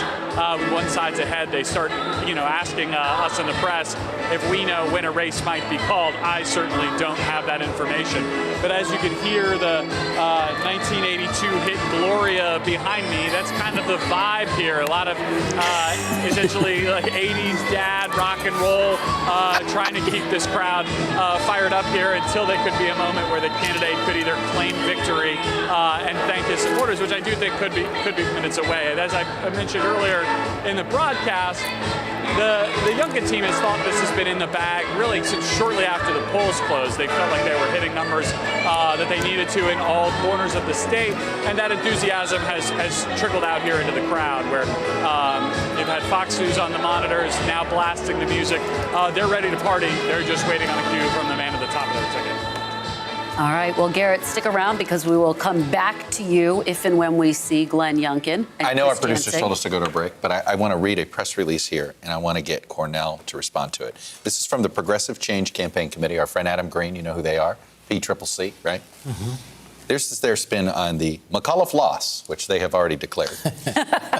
and this is the release. More Virginians would have voted Democratic if they had child care, and if Democrats had accomplished what we promised for years: lower price prescriptions, paid family leave, long-term care for the elderly, and vision and dental care paid for by taxing billionaires. Terry McAuliffe sadly can blame his loss on a few corporate-aligned obstructionist Democrats who blocked bold action in Congress, plus his own reliance on backward-looking Trump messaging.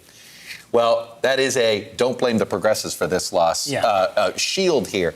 And I'm already sensing, Cornell, the Democrats right now, particularly in Capitol Hill and in the activist community, are all trying to say, not me, not it, right? Nobody wants to look in the mirror at all here, do they? Yeah, it's all of them. Thank you. But they hold the mirror to everybody, right? It's the whole party. It's the whole damn group of them. And then it's the White House, right? Right. It's all. No, it's Do all you put it at the feet of the White House? No, I put it at the feet of all of them. Because this is what we talked about on Sunday. They're in the end, Chuck. They're going to pass both these bills. Yeah, they could have done it. They could have done it. They could have did it a month ago. They could have passed infrastructure last week. Would that have made a difference if they passed infrastructure on Thursday? Well, they passed infrastructure, but also, again, what I talked about, those young people who didn't turn out tonight, they weren't marching for bridges and roads. They were marching for equality and criminal justice reform. Joshua Johnson, are you going to be as fired up as Cornell and blaming everybody in the Democratic Party? I'm not sure I blame every single body. I'm sure it's one or two bodies, probably. But I do think Mr. Belcher's point is well taken, that there were certain things that for Democrats in this country should have been a layup. And it's not that they're not making any progress. They are moving forward on the bill, but Terry McAuliffe nationalized the race, or tried to, by tying Glenn Youngkin to Donald Trump and by tying his fate in some way to what happens on Capitol Hill. So I totally hear where Cornell is coming from. That may turn out to be the thing that kind of bit him in the leg, ultimately. But that also might also speak to how he performed, and we'll see how it goes with voters of color. I mean, voters of color ain't stupid. We heard Doug Wilder say it earlier tonight. Like, what are you going to do for us? What are you going to promise? What are you going to bring forward? And if there's nothing to show, plus, our exit poll, we asked Democrats how you feel about the direction of the party. A majority of Democrats in Virginia were not jazzed about the direction. They said it was too liberal. But fewer said that they were okay with the direction. Majority of Republicans said they were okay with it. So this is that kind of existential fight for the soul of the Democratic Party, right? Do we want the Democratic Party, or do Democrats want the party to be more progressive, to be more moderate? What do you want to accomplish? What do you hang your hat on as Democrats? Who do you listen to in terms of the deliverables, the take-home items? And this fight on Capitol Hill, which may have made things worse for Terry McAuliffe, is an object example of why that's going to matter in Democratic politics going forward. You have to have something to show, and when two groups of people are asking for two different things, and you end up with nothing, maybe, depending on how tonight works out, maybe this is what happens. All right. Joshua, stick around because we're going to have a lot more to discuss. And in fact, it's a race that we've all been interested in talking about. We've hinted at it. We're going to have some more on it after the break. But one of the bigger interesting storylines, not in Virginia or New Jersey, was a ballot initiative out of Minneapolis. And according to the Associated Press, voters in Minneapolis have rejected this measure, which would have replaced the city's police department with a new public safety unit. We're going to have the latest coming up, and we're going to check in on all the other big mayor's races that we've been watching tonight as well. You can track it all of it, including Virginia, New Jersey, and everything, from that smartphone in the palm of your hand. Point your camera to the QR code on your screen, download the NBC News app, and delete every other news app you have on there when you do that, right? Keep it right here.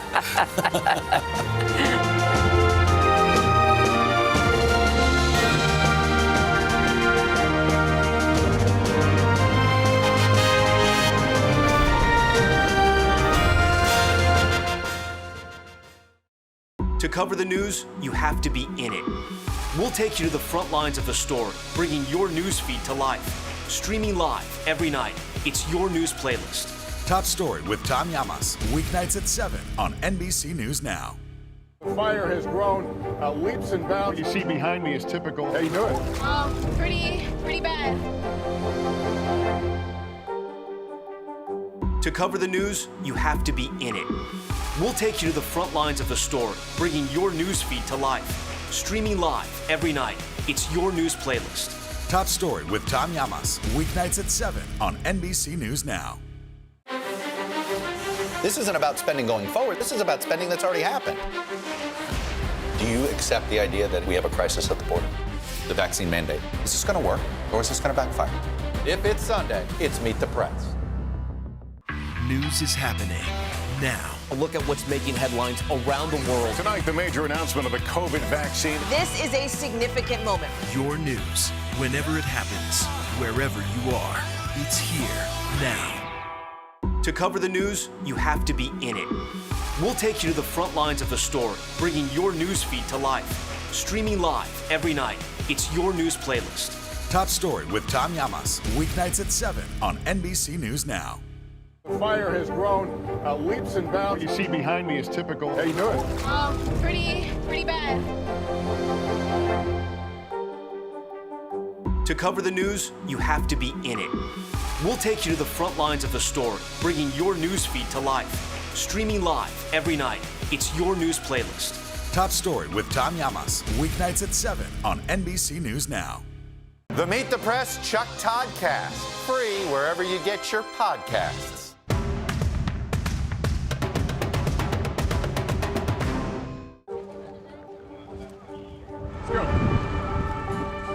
This is a critical choke point for this fire.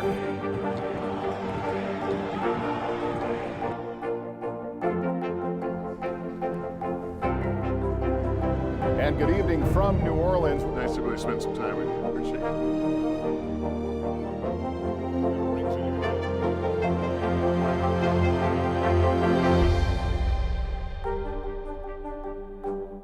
Right now on NBC News Now. We begin with one giant leap forward in the space race. Bezos making it very clear this is the first step of many to come. Speaking out against laws that they feel would make it harder for Texas voters to cast their ballot. The issue here is not that vaccines aren't available. They say the issue is that people are choosing not to get vaccinated. We have a team of correspondents covering this breaking story for us today. This is NBC News Now, streaming free 24/7.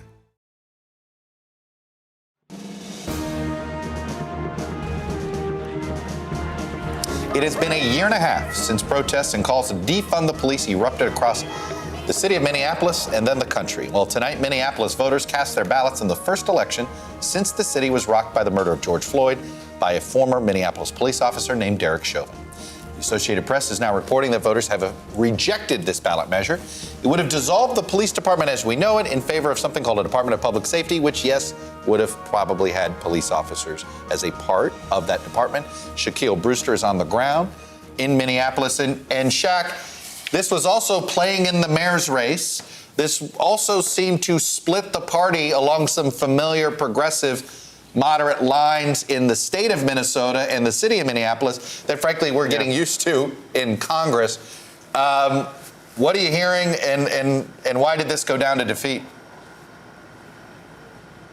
Yeah, Chuck, this was definitely a contentious question that Minneapolis voters had to contend with on their ballot. And you made that headline, but let's say it again. A year and a half after the murder of George Floyd, you had a majority of Minneapolis voters striking down, voting no on an amendment that would have removed or eliminated the Minneapolis Police Department and instead replaced it with this Department of Public Safety. With the latest reporting now, I'm looking at the Secretary of State's office right now, 97% of precincts reporting, 56% of voters voted no, 44% of voters voted yes, and that bar was 51%. That is what voters needed to clear in order to have this amendment be passed. I spoke to the campaign manager just a couple of minutes ago for the group, it was a coalition group against this amendment. They worked hard in opposition to this amendment, running television ads, knocking on doors, making phone calls, and they said that this is not a full celebration at this point. They say, and I'll read a statement that she said she made clear, or voters made clear, that what they want is a planned approach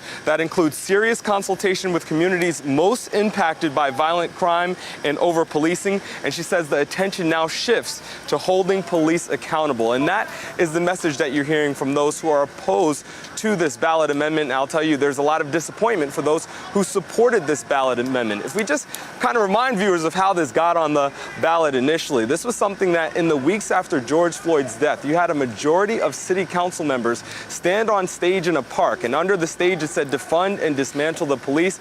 That then led to the call for voters to have their say to dramatically reform the police department. As you mentioned, if this amendment passed, there still would be police officers, but it would structurally change what this department would look like. And in the words of the supporters, it would have given the city council more power to add co-responders, add mental health professionals to the police department and respond to the calls of those protesters. So you have, we're right outside of the Yes for Minneapolis campaign party. This was the group that collected more than 20,000 signatures to get this question on the ballot. They're speaking right now. A lot of disappointment that you hear and see in that room right now. But I'll tell you, even with the voters that I spoke to throughout the day who said that they were voting no, that said they were uncomfortable with this idea of replacing the entire police department without a specific plan on what would be and what would take place of that, there's still those calls for reform. What that reform will look like, that remains to be seen at this point, Chuck. And Shaq, there wasn't a whole lot of polling surrounding this question, but can you just give us a quick sense of what you witnessed in the days leading up to this vote that you think led to getting a no vote? Really good point, because we did coming to this election day somewhat blind. The last real public poll that we saw heading into this was in September. It was at the start of early voting here in Minnesota, and at that point you saw about 49%, according to that poll, of voters saying that they supported this amendment, but you still had a lot of undecided voters there, and that was before you really saw this pressure campaign of opposition really step up. I mentioned a little bit with the television ads, but even last week, for example, you had the police chief come out, a popular figure here in Minneapolis, someone who's praised with how he handled the response to the murder of George Floyd and his quick decision to fire the 4 officers. You had him give about a half-hour press conference explaining to voters why he was opposed to this amendment. And one thing that you heard from the opponents, from the police chief to the mayor who's up for re-election, we likely won't have those results, by the way, until tomorrow because of the ranked choice voting. But one consistent theme that you heard from opponents to this measure was that the idea that the new department that would come up was not defined, that it wasn't clear what it would be. It would split control between the city council and the mayor, and that was something the police chief said was just simply unworkable. He said it would be inconceivable to have a department where you had 14 bosses and not that exclusive control over the mayor. So the opposition to this amendment definitely stepped up in recent weeks. I'll tell you, I also attended a forum, a debate between advocates of this amendment and opponents of this amendment that was held in the north side of Minneapolis, a predominantly African-American neighborhood there, and you heard a lot of concern from people there. Again, there's the common theme that they want safety, they want police reform, they want accountability. That's the word you continue to hear, but there was deep distrust with saying that they were going to replace the police department without a specific plan on what was there in place of it. Shaquille Brewster on the ground for us in Minneapolis. Like I said earlier, I feel like they might have let you vote. You've been in Minneapolis for the last off and on for so long. Anyway, if I vote, then I would have had to pay taxes, so I'm fine just voting one place. Fair enough. Shaquille Brewster in Minneapolis for us. Shaq, thank you. Hey, Joshua Johnson, it's interesting here. In some ways, I think we foreshadowed a little bit of what might happen in Minneapolis.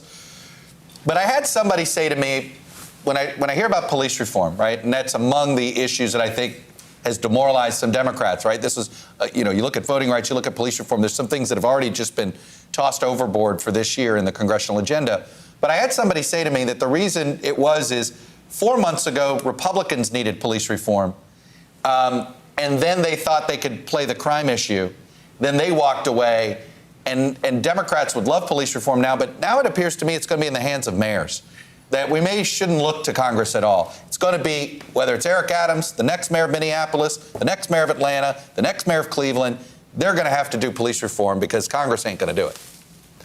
Yeah, it certainly seems so. And the fact that Congress didn't do it is pretty remarkable. I think police reform was in some ways sort of a layup for Democratic and a lot of independent voters that would have liked to have seen something get done. I think part of the issue with measures like the one in Minneapolis that failed is that a lot of activists who demanded the defunding and dismantling of police departments never really articulated what to replace them with. It's one of those old rules of sales. You always give people a choice between something and something, never between something and nothing. And if you dismantle the police department, what do you replace it with? If we create this Department of Public Safety and your child is murdered or your spouse is raped or someone breaks into your business or, gangs decide to come into your neighborhood, which public safety officer am I supposed to call? Plus, look at the graphic on the screen. There was still a provision for there to be police officers if necessary. They were going to be necessary because there was no clear plan yet for what Minneapolis would replace its police department with. And that's why Chief Medaria Arredondo, who Shaq Brewster was referring to, said this is not a good idea. With regard to mayors, though, in the Boston mayoral race, that might be one of those cases to watch. Atlanta's won. Keisha Lance Bottoms, the incumbent, is not running again, which is very rare for Atlanta not to have a two-term mayor. So public safety is going to be a big issue there. Looks like Michelle Wu has won that race, and Nessa Esaibi George has conceded the race. And a number of the things that Michelle Wu has already talked about are the things that's Nessa Esaibi George conceding the race. And a number of the things that Michelle Wu has talked about are the things that a lot of folks in Minneapolis talked about as well, like taking mental health responses out of the hands of police officers who are not trained to deal with it, demilitarizing the police department, dealing with Joshua, overtime. I don't mean to interrupt, but we're about to hear from Michelle Wu. Let's hear directly from her. Then we'll come back. Here's her victory speech. Asked me the other night if boys can be elected mayor in Boston.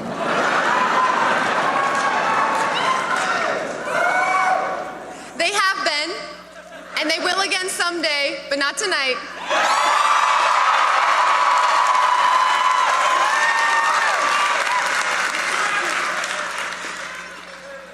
On this day, Boston elected your mom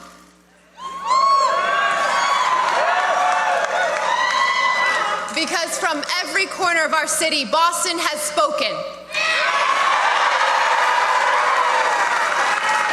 We are ready to meet this moment.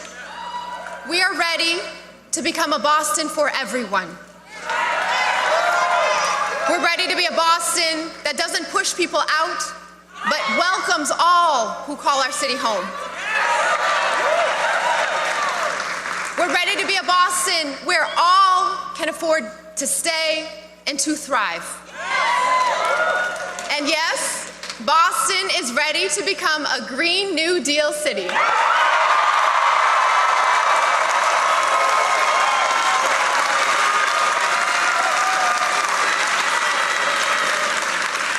Today at the polls, and over this last year, and over generations in this city, Boston has come together to reshape what is possible.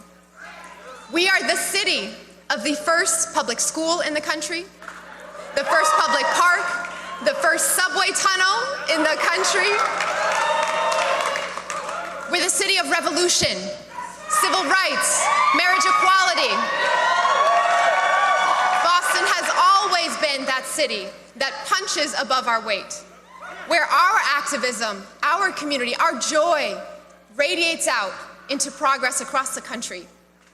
And today, together, we are marching into Boston's promise.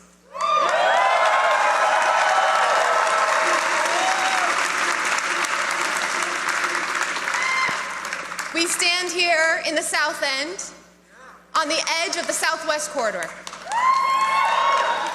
It is here where 52 years ago, there was a 12-lane highway planned.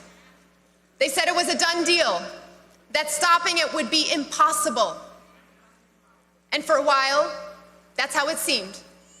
Until a coalition of activists from across our neighborhood stood up for people over highways.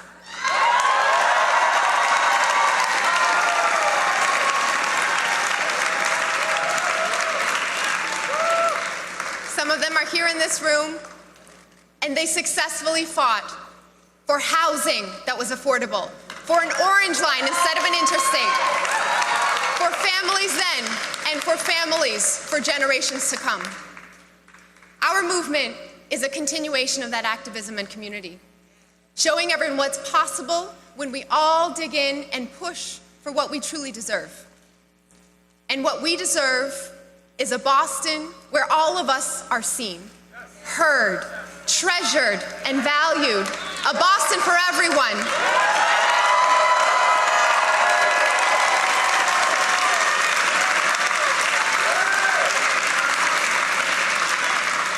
We're ready for every child to go to a school connected to the full resources of our communities and their full potential. for every resident, from the Forbes building to Georgetown Homes, to be protected from soaring rents and displacement. For a thriving Boston business community grounded in a thriving Black business community.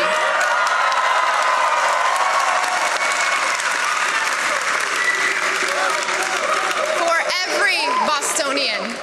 every Bostonian experiencing homelessness, mental health, substance use, at Mass Ave and Melnia Cass Boulevard and across our city and beyond, to have dignity, treatment, and housing.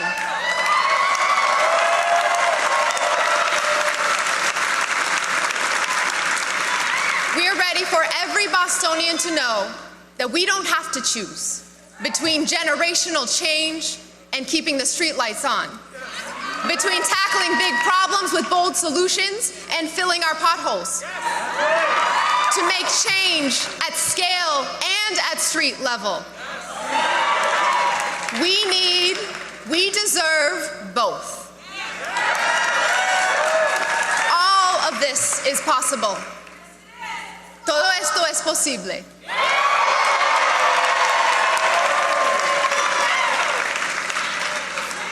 Tout cela est possible.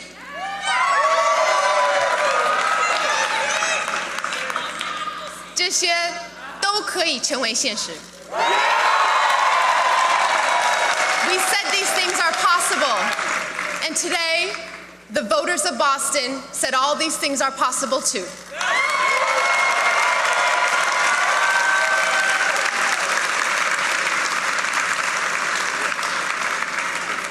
I want to be clear. It wasn't my vision on the ballot. It was ours, together. Over 10 years in City Hall and in every neighborhood, connecting with all of our residents, I've seen and experienced just how big an impact local government makes in people's lives. And I'll never stop fighting to make our systems work for all of us.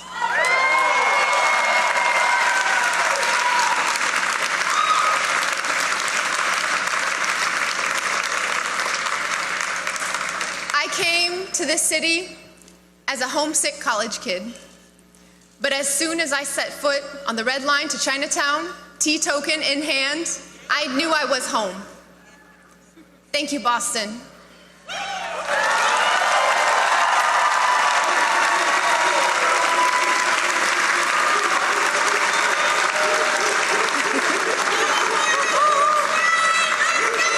To my family, thank you to my family, my husband Connor,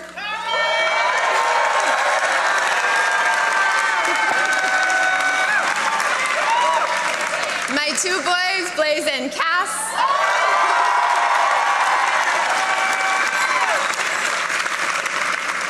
My mom, my sisters, Sherelle and Tori.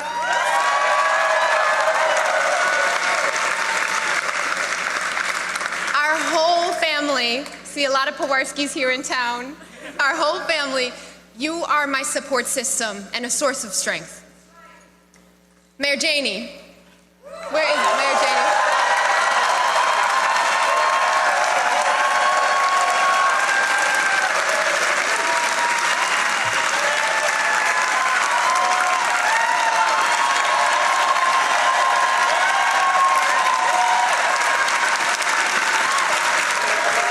To Mayor Janey,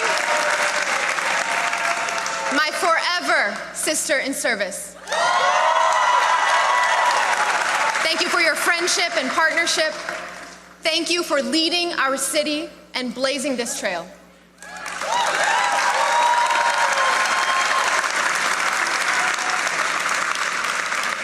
Senator Elizabeth Warren, I will always fight harder because I learned persistence from you. Congresswoman Ayanna Pressley, your bold leadership paved the way for me and so many others. To the Menino family, my former boss, Mayor Menino, and Mrs. Angela Menino, whose support has been incredibly humbling. To the many in that family, to Uncle Frank, who opened doors for me. Thank you so much. To the courageous candidates who joined me in this historic race.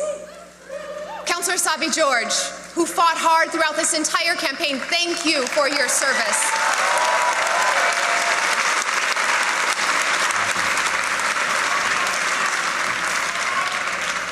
Councillor Andrea Campbell, John Barrows, Representative John Boston Santiago, mayoral candidate, thank you declare for victory elevating so in many Boston voices in our after neighborhoods. her challenger,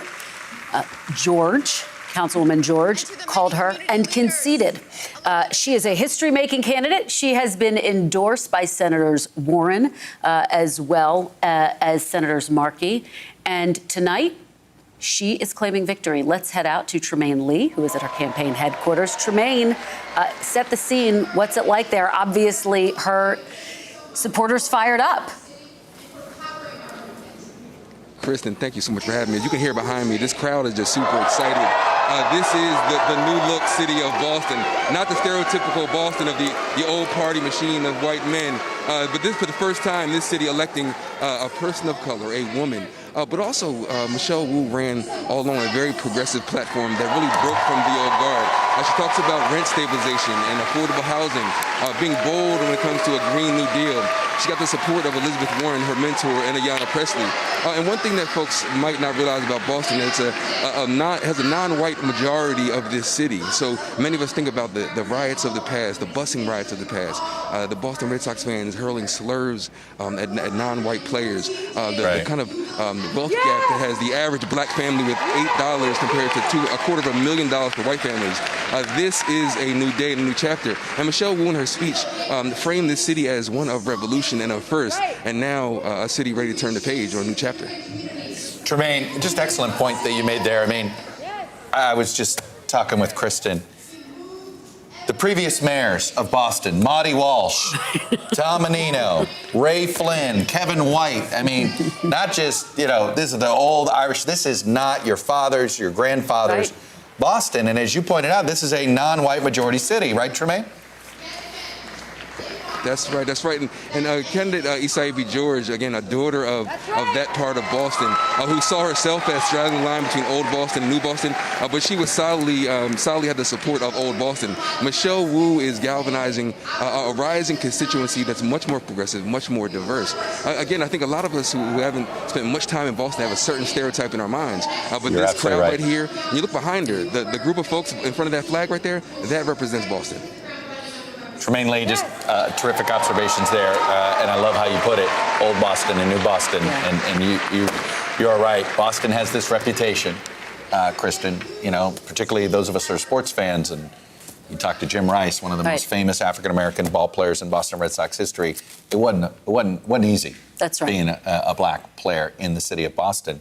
And that was just 40 years ago. I mean, this is a new day in Boston. It's a new day. She is going to be the first female mayor of Boston. And this speaks to the point that we've been talking about throughout the night. She is a progressive candidate, and here she is claiming the mantle. This is going to be some of the arguments that I think start to animate. Say, hey, candidates of color did well. We're even hearing that from some people whispering at the White House.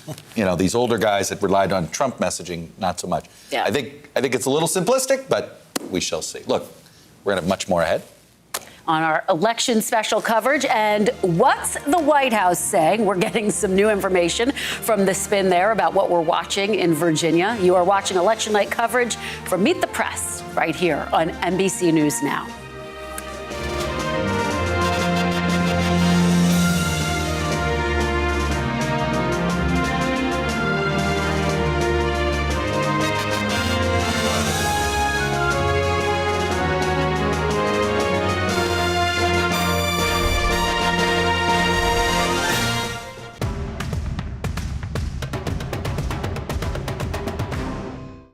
News is happening now. A look at what's making headlines around the world. Tonight, the major announcement of the COVID vaccine. This is a significant moment. Your news, whenever it happens, wherever you are, it's here now.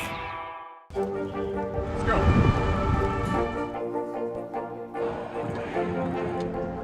And good evening from New Orleans. There is breaking news. There you go. News is more than a headline. It informs, it inspires, and it still matters.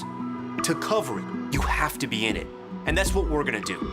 Every night, we take you to the front lines of the story, where it's actually happening, with NBC News journalists on the ground from all over the world. We cover what you need to know and bring your newsfeed to life. In primetime and streaming live, it's your news playlist every night. Top Story with Tom Llamas, weeknights at 7 on NBC News Now. News is happening now. A look at what's making headlines around the world. Tonight, the major announcement of the COVID vaccine. This is a significant moment. Your news, whenever it happens, wherever you are, it's here now. Let's go.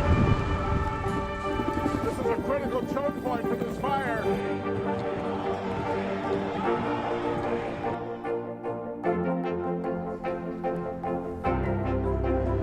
And good evening from New Orleans. Nice to really spend some time with you. Appreciate it.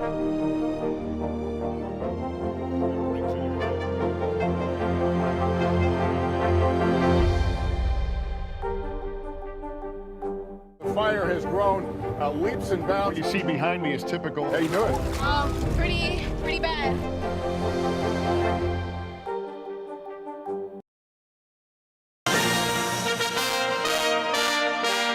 This is a Meet the Press Election Night Special.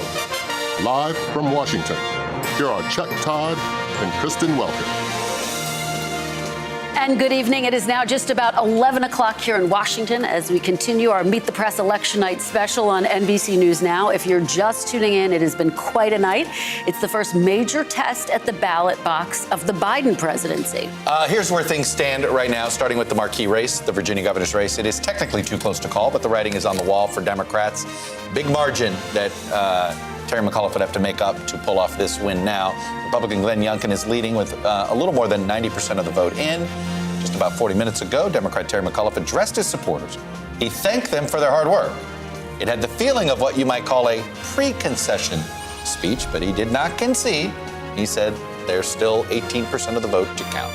We're keeping an eye on Youngkin election night headquarters. He has not come out yet to speak, but we would not be surprised to see him speak in the next few minutes, or at least sometime this hour. That's right. And the other big governor's race tonight is in New Jersey. That race is too early to call, but Democrat Phil Murphy is leading there. And across the Hudson in New York City, NBC News has projected that Democrat Eric Adams has won the city's mayoral contest as expected. Those are just a few of the big races tonight. So let's get the latest. Chuck, I'm going to send you right back to the big board. You're getting some more numbers in, including We are, and I'll show you Virginia Beach. in a minute. Obviously, look, we've not spent a lot of time in New Jersey tonight. And you sit there and you may ask yourself, as some friends of mine have, hey, what the hell's going on in New Jersey? Murphy's behind. And it's like, well, just hang on in there. Some of the biggest Republican counties are basically all in. Ocean County is a big Republican stronghold here. Just to give you a sense, there's a 2017, but just to give you a sense, this was a county that Trump carried, so you're not surprised here. Just so you could see, there's 93% in there. Here, Burlington, we still got a lot more to come out there. Monmouth is another big Republican county. And yes, Chitterelli is outperforming Trump, as we might expect. But there's still, look at all the vote that's still left in Essex County, home of Newark. We expect a lot more vote there. In Hudson County, there's still a third of the vote out there. So what I would say is it's New Jersey. They usually do take a long time to count votes, particularly in the northern counties there that I just showed you in Essex. So I wouldn't, if you're a Democrat in New Jersey, I wouldn't be loading up on the antacid just yet. Give it a few more minutes to see what things look like here. However, speaking of antacid, I do think Democrats in Virginia are going to be loading up on it. Look, there's a number of places. One of the swing areas that we were focusing on that wasn't in the Northern Virginia suburbs and wasn't in the Richmond suburbs is Virginia Beach. It is perhaps the swingiest part of Virginia. As you can see, most of it is in. It looks like Youngkin has done it and has won this. In 2020, Biden narrowly carried Virginia Beach. But as you can see here, Trump actually carried it in 2016. And if you look at the governor's race here, as you can see, this was an area that McAuliffe actually lost. So he's actually hitting about the similar mark. But this was an area that Northam did well. Now, Northam overperformed in many of the metro areas that were not in Northern Virginia. And he obviously overperformed in Northern Virginia, but he did really well in places like in the suburbs of Richmond and in Virginia Beach. But that's just one explanation of what's going on here. I told you another swing county that we were watching, Chesterfield County, again, just to remind you. And we're still waiting for some early vote. I wouldn't be surprised if this narrowed a little bit, but this does appear to be another county that Youngkin was able to flip, not just flip a Northam County, but flip a Biden County to him. And it appears he's done that. We're still waiting to see. But the other part of this story is not just a great turnout for Republicans. It has been what you would call a B- turnout for Democrats. Here's Prince William. This is one of the collar suburban counties here in Northern Virginia. McAuliffe, 94%. He's going to win it by double digits. Biden won it by nearly 30 points, as you can see here. And if you go back to 2017, McAuliffe is underperforming Northam. This has been the story. He's doing good, not great on his Northern Virginia turnout. But as if we told you, didn't mean to do that, get into West Virginia. We're a ways away from getting into West Virginia. If you just all these red counties, and you can just pick any one you want here. And in each of these cases, it was a case where he just way overperformed the Gillespie number and got so much more raw vote than Gillespie, while McAuliffe essentially got the same vote that Northam got. So that is the story. Great turnout in the Republican rural areas, and that B- turnout in Northern Virginia. Again, good enough to win in a average political environment, not one that has supercharged from the Republican side. And just to put a fine point on it, in those counties, time after time, you're seeing him outperform Trump, not surprisingly, but Cuccinelli, and outperform these candidates past Gillespie. He looks like, and I was saying this, and I know we have a couple new guests to bring in. Why don't we just bring him in now? If we want really quick. I got Sandhu Kapoor, NBC News Capitol Hill reporter. I got Amy Walter here. And I know we're going to go to your colleague at the White House, Monica Alba, but Glenn Youngkin looks like every single successful Republican governor of Virginia that I've covered in my lifetime. I mean, he actually looks like George Allen, but they have run the same race, which is don't call me a Republican. That R is just sort of, I'm sort of a normal suburban guy. And it is a recipe that still seems to work. I think we were all wondering, does that still work in Virginia? It turns out it does. Okay, let's go out to Monica Alba because the White House watching this. And Monica, I know you've been talking to your sources there and they already have their talking points. So what are we hearing from the White House? Because they've been saying to me for days that what happens in Virginia does not have to do with the intransigents, their inability to get their spending bills passed. What are you hearing tonight? Exactly, Kristen, and there's notable public silence from the White House and the president ever since he was wheels up from Scotland earlier this evening. He'll be landing back here at the White House in about 90 minutes or so to a very different political reality than the one he thought he was going to encounter when he was leaving Europe. The president was the one who was incredibly optimistic earlier this evening in a press conference, saying he thought that they were going to be able to win in Virginia, that the Democrats looked poised to be able to succeed there. But very notably in those remarks, he said, I don't think it will have much bearing whether my agenda was passed or not in this, but let's see. And I think that will be an operative question now in the postmortem, depending on what does happen in some of these critical races. But I am getting some insight and reaction from a Democratic source that is very much previewing what I think we can expect the White House to be talking about tomorrow when they respond to this, which is to say one of the overarching takeaways so far from what they've seen, according to this person, is that they argue it's incumbent on Democrats to talk more affirmatively about what they're for and not just run against Donald Trump. In the words of this source, who's quite plugged into all of this political strategy, they said clearly and argued that that on its own is not enough and is not a simple enough plan, especially heading into the 2022 midterm. So I think that's one big lesson they're going to take away. The other, according to this source, is that this inaction potentially on Capitol Hill from lawmakers on the president's economic agenda potentially did hurt them in places like Virginia, and that this is something that voters are simply frustrated by and would have liked to have seen more done. We know that we heard that exact fact, messaging from the Democratic candidate, Terry McAuliffe. Weeks ago, he said, I wish lawmakers would just get in a room with the White House and figure this out and get these spending bills across the finish line. The president himself last week went to Capitol Hill in an attempt to do that.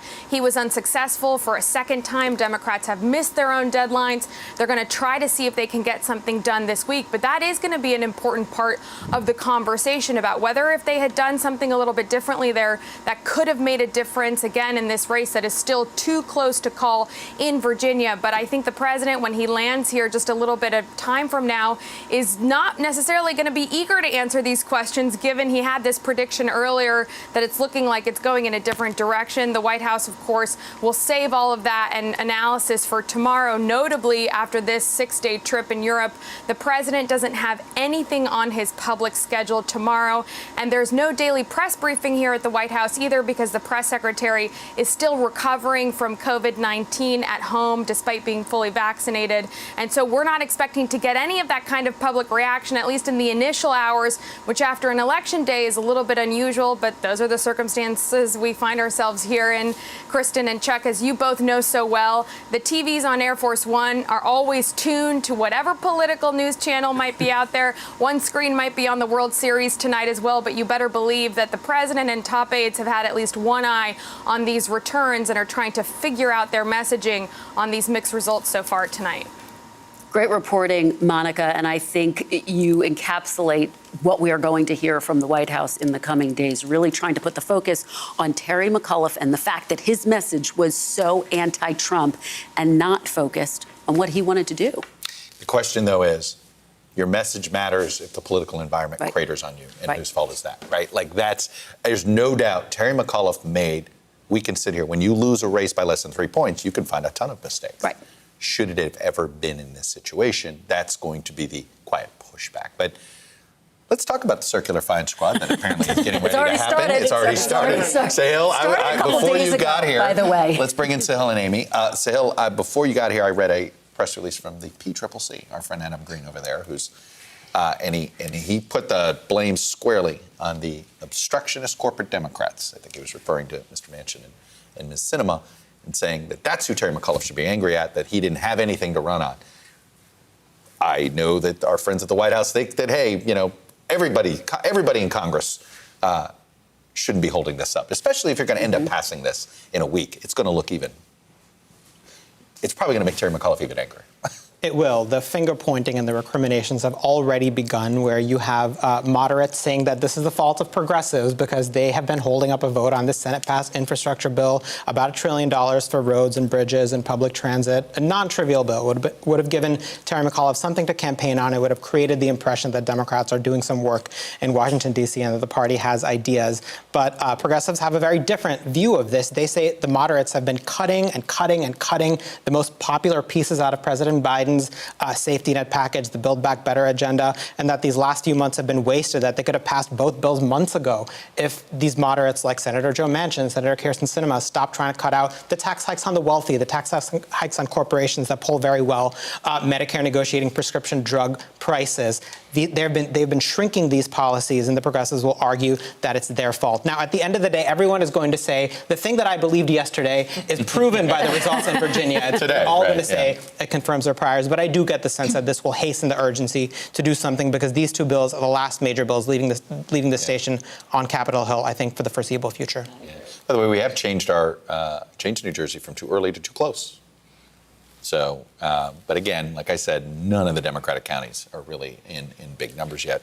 Let's see. But that's still, again, though, we shouldn't be surprised, Amy Walter, because New Jersey is just a little more blue. Yep. But it's just as suburban as Virginia in many ways. They're in some ways they have, so it wouldn't be a surprise to me that Murphy has to eke by in an environment like this. Right. So if what we end up seeing is McAuliffe losing, let's say by a point or two, that would be a shift of 11 points. Right. And there's about a 14-point margin. Well, 16 points New that New Jersey gets to work with on the blue side. Right. That Murphy. He had more margin for error. Right. Yeah. So more he has a little bit more of a cushion national environment. Yeah. Than McAuliffe, but still 10 points should be a good enough cushion. And warning signs there. It's a big warning sign. I mean, especially in the suburbs. Especially there, but also You know, the question we had for the last 4 years is, when Trump's not on the ballot, will his voters turn out? And they didn't turn out in 18, and they didn't turn out in the Georgia specials for the Senate. But it looks like they turned out in this race, and they turned out in bigger numbers. Okay, but here's the riddle I'd like you guys to solve. So Ralph Northam did not look like a guy who could put together a coalition of voters of color, young voters, but he did. Right. Now, did he do that, or did Donald Trump do that? Trump did right? that. I think we all have come to the conclusion Donald Trump did that. Yeah. Terry McAuliffe, in some ways, a little more passionate of a Democrat than a Ralph Northam, right? He wasn't able to put this together, and we're already starting to see the outlines of a conversation that people are like, hey, would Virginia Democrats have been better off with a candidate of either a candidate of color or a younger candidate that was closer to the coalition that they have to put together? I can argue it both ways. It doesn't help, though, when the President of the United States has a 44% approval rating in the state. And when I sit and listen to these focus groups of younger voters and voters of color, especially younger voters of color, it's the same thing that I keep hearing from them. I thought things would look different. I thought we would get more done. I thought things were going to be better. They marched in the streets for racial justice. There's not been any movement on that.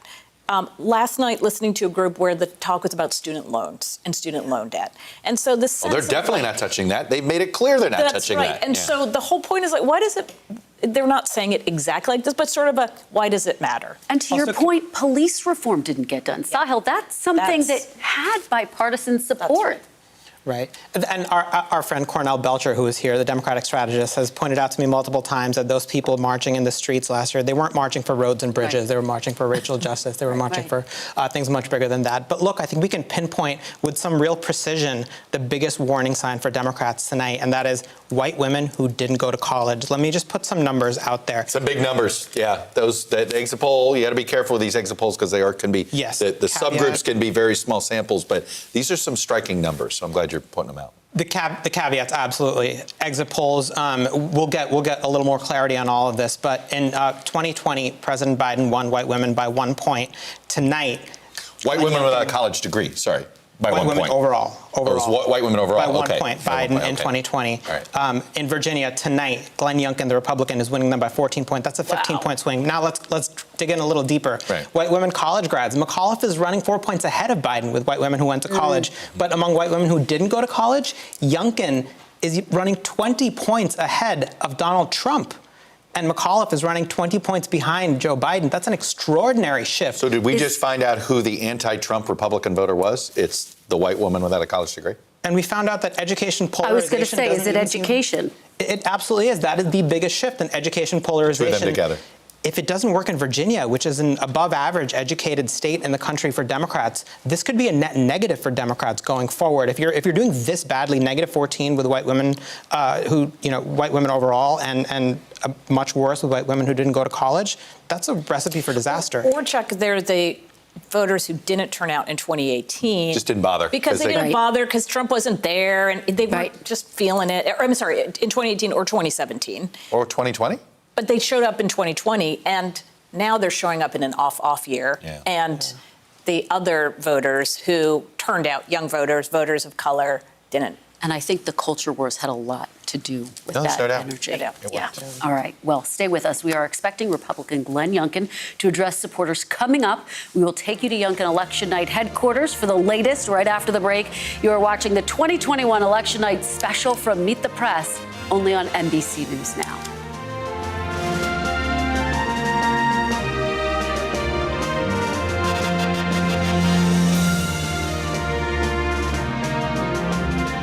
NBC News Now. We begin with one giant leap forward in the space race. Bezos making it very clear this is the first step of many to come. Speaking out against laws that they feel would make it harder for Texas voters to cast their ballot.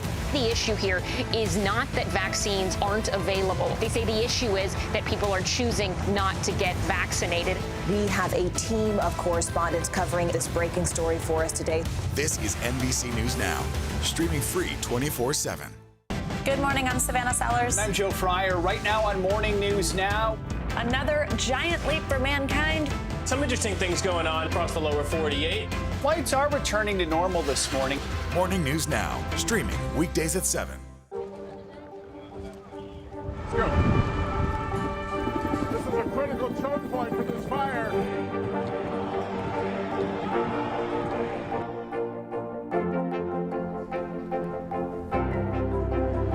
And good evening from New Orleans. Nice to really spend some time with you. Appreciate it.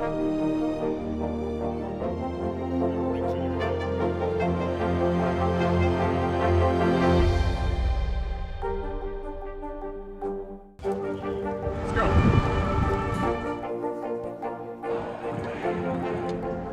And good evening from New Orleans. There is breaking news. Admire you both. News is more than a headline. It informs, it inspires, and it still matters. To cover it, you have to be in it.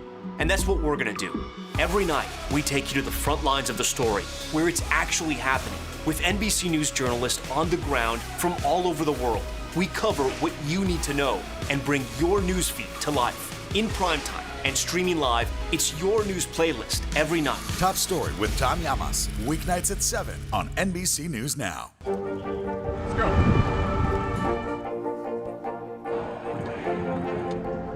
And good evening from New Orleans. There is breaking news. Admire you both.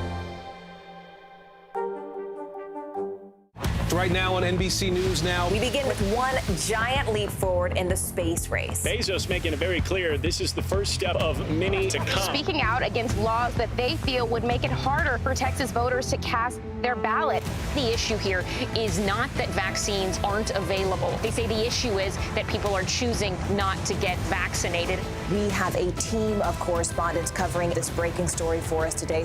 This is NBC News Now, streaming free 24/7. To cover the news, you have to be in it. We'll take you to the front lines of the story, bringing your newsfeed to life. Streaming live every night. It's your news playlist. Top Story with Tom Llamas, weeknights at 7 on NBC News Now. Let's go.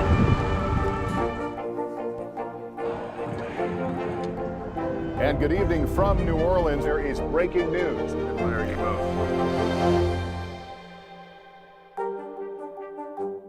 Good morning, I'm Savannah Sellers. I'm Joe Fryer. Right now on Morning News Now. Another giant leap for mankind. Some interesting things going on across the lower 48. Flights are returning to normal this morning. Morning News Now, streaming weekdays at 7. News is more than a headline. It informs, it inspires, and it still matters. To cover it, you have to be in it. And that's what we're gonna do. Every night, we take you to the front lines of the story, where it's actually happening, with NBC News journalists on the ground from all over the world. We cover what you need to know and bring your newsfeed to life. In primetime and streaming live, it's your news playlist every night. Top Story with Tom Llamas, weeknights at 7.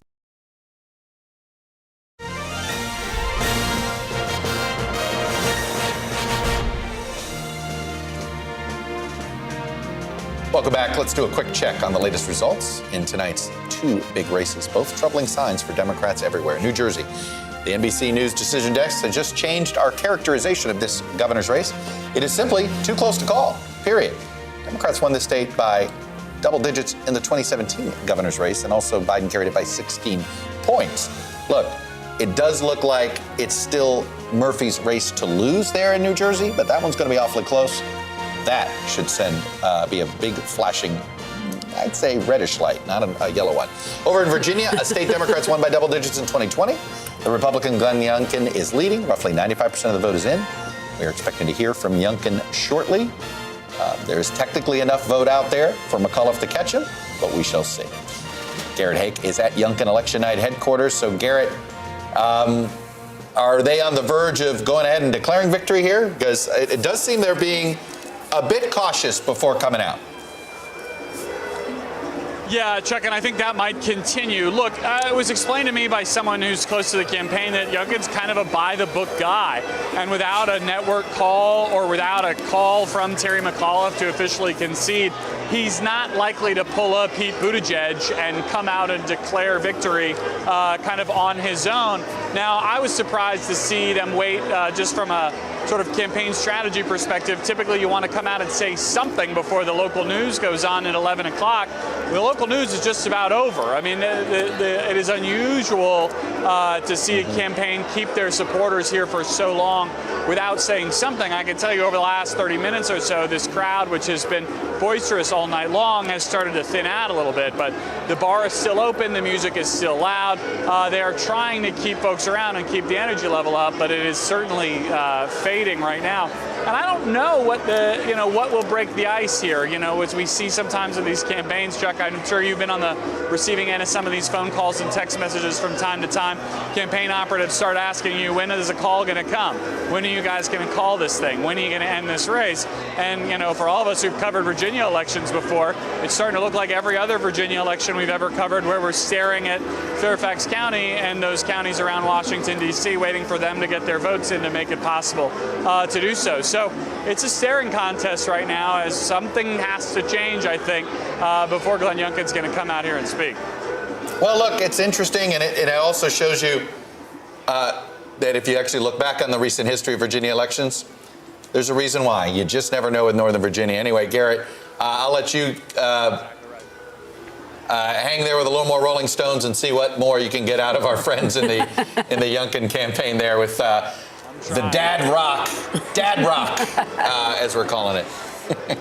And look, Chuck, before we went to break, we were sort of talking about this issue of education. Mm-hmm. And Glenn Youngkin obviously spent a lot of his campaign talking about critical race theory, this approach to teaching that puts the focus on racism in American history. As far as our reporting can show, it's not actually taught in Virginia K through 12 schools, and yet it has become such an energizing force, Sahil. Yes, clearly Youngkin saw that as a way to thread the needle and appeal to the hardcore Trump base, and also flip some of those suburban voters that might not like the former president but are open to voting for a Republican candidate. And it goes back to those numbers with white voters that I just mentioned, white women in particular. There's a reason that Youngkin had those testimonials from moms talking about what they fear their kids are learning in schools. One way or another, it seems like Democrats are going to have to come up with a response to this. The idea of kind of pushing it aside and hoping it goes away or changing the subject, that doesn't seem to be working, and I think this is evidence of that. Well, Chuck and I were talking, Chuck asked McAuliffe about this on Meet the Press, about his answer that became a big gaffe in the campaign, where he said, I don't think parents should have a say in what their children read, Amy. And he didn't really seem to have a response as of this Sunday.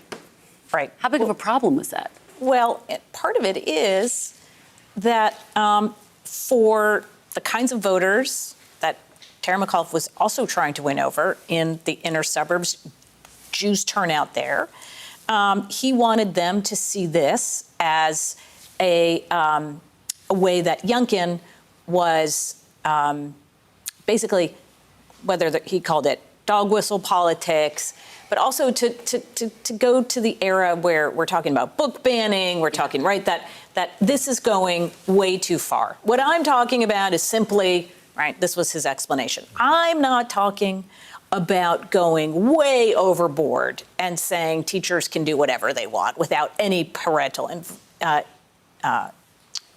movement. But what we don't want is book banning. What we don't want is school boards who are doing the sorts of things that, remember, that was a big issue in the 90s, right, of the school board battles coming into the suburbs, is where you first started to see some of the movement for Democrats on these issues, because they were saying, you know, these school board candidates are going way too far. And now the pendulum coming back. Well, it should be interesting. Joining us now is a former Republican governor of Virginia. It's Jim Gilmore. He's also former chairman of the RNC. He's had really great election nights, and he's had really bad election nights. He's been around the good and the bad. This is a night that I think a lot of Virginia Republicans didn't think was going to happen again. Governor Gilmore, it's good to hear from you. And I know it's loud in there, so do the best you can. But look, you've seen the Virginia Republican Party struggle over the last decade and a half. What did Glenn Youngkin do to get what appears to be as close as he can get here to victory? Well, hello, Kristen. Hello, Chuck. Listen, I've been campaigning with this guy. I've been all over the state with him. and I've watched the campaign. And it seems to me that there are two real things that are going on. Well, three things. Number one, the candidate is good in tone. He's relaxed. He's confident. He's enthusiastic. I think he did not divide the party. He unified the Republican Party. The Republican Party is going together on this to try to elect this candidate. Second, I think that the education issue has been vital, absolutely vital.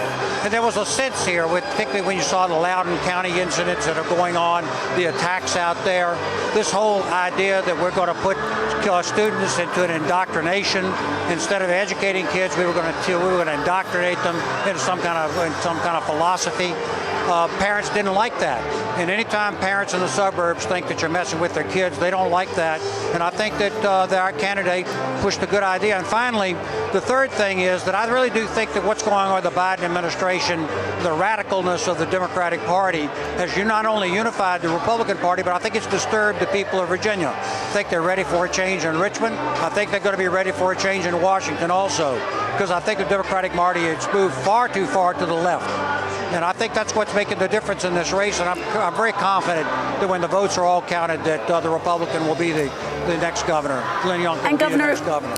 Governor, let me follow up with you on the strategy that we saw from Glenn Youngkin, because he was very careful. He got the endorsement of former President Trump, but he never campaigned with him in person. He was very careful not to alienate his supporters, but at the same time, he didn't give him a big bear hug every day out on the campaign trail. Do you think that becomes the playbook that other Republicans take heading into the midterms, if in fact this does become a night where we see Glenn Youngkin pull out a win? Well, I think that the insight here would be that this is not a Trump issue at all. That this is not an issue about Donald Trump. He's not in this race. He's not on the ticket. His issues are not being discussed.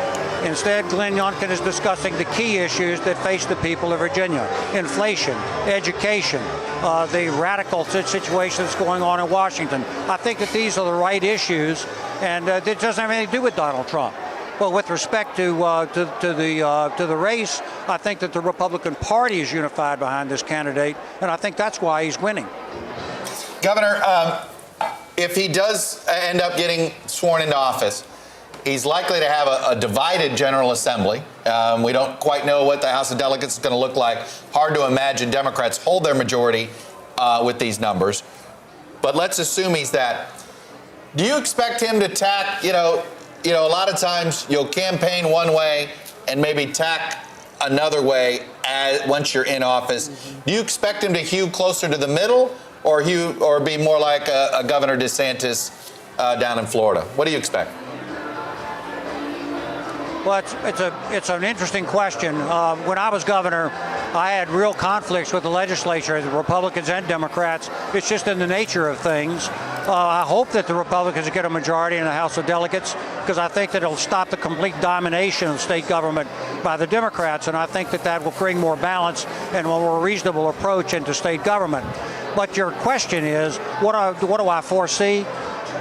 I'm going to be talking to him, and if he asks my advice, and I think he will, I'm going to suggest to him that he stick to these issues, that he talks about the issues of education, that he talks about the issues of public spending, that he talks about the conservative nature of the kind of programs that he wants put forward in a responsible, reasonable way. I doubt seriously that he's going to lurch in some wild direction somewhere to try to gain some sort of favor somewhere. I don't see that happening. I think he's going to be a responsible guy that just sticks with his promises.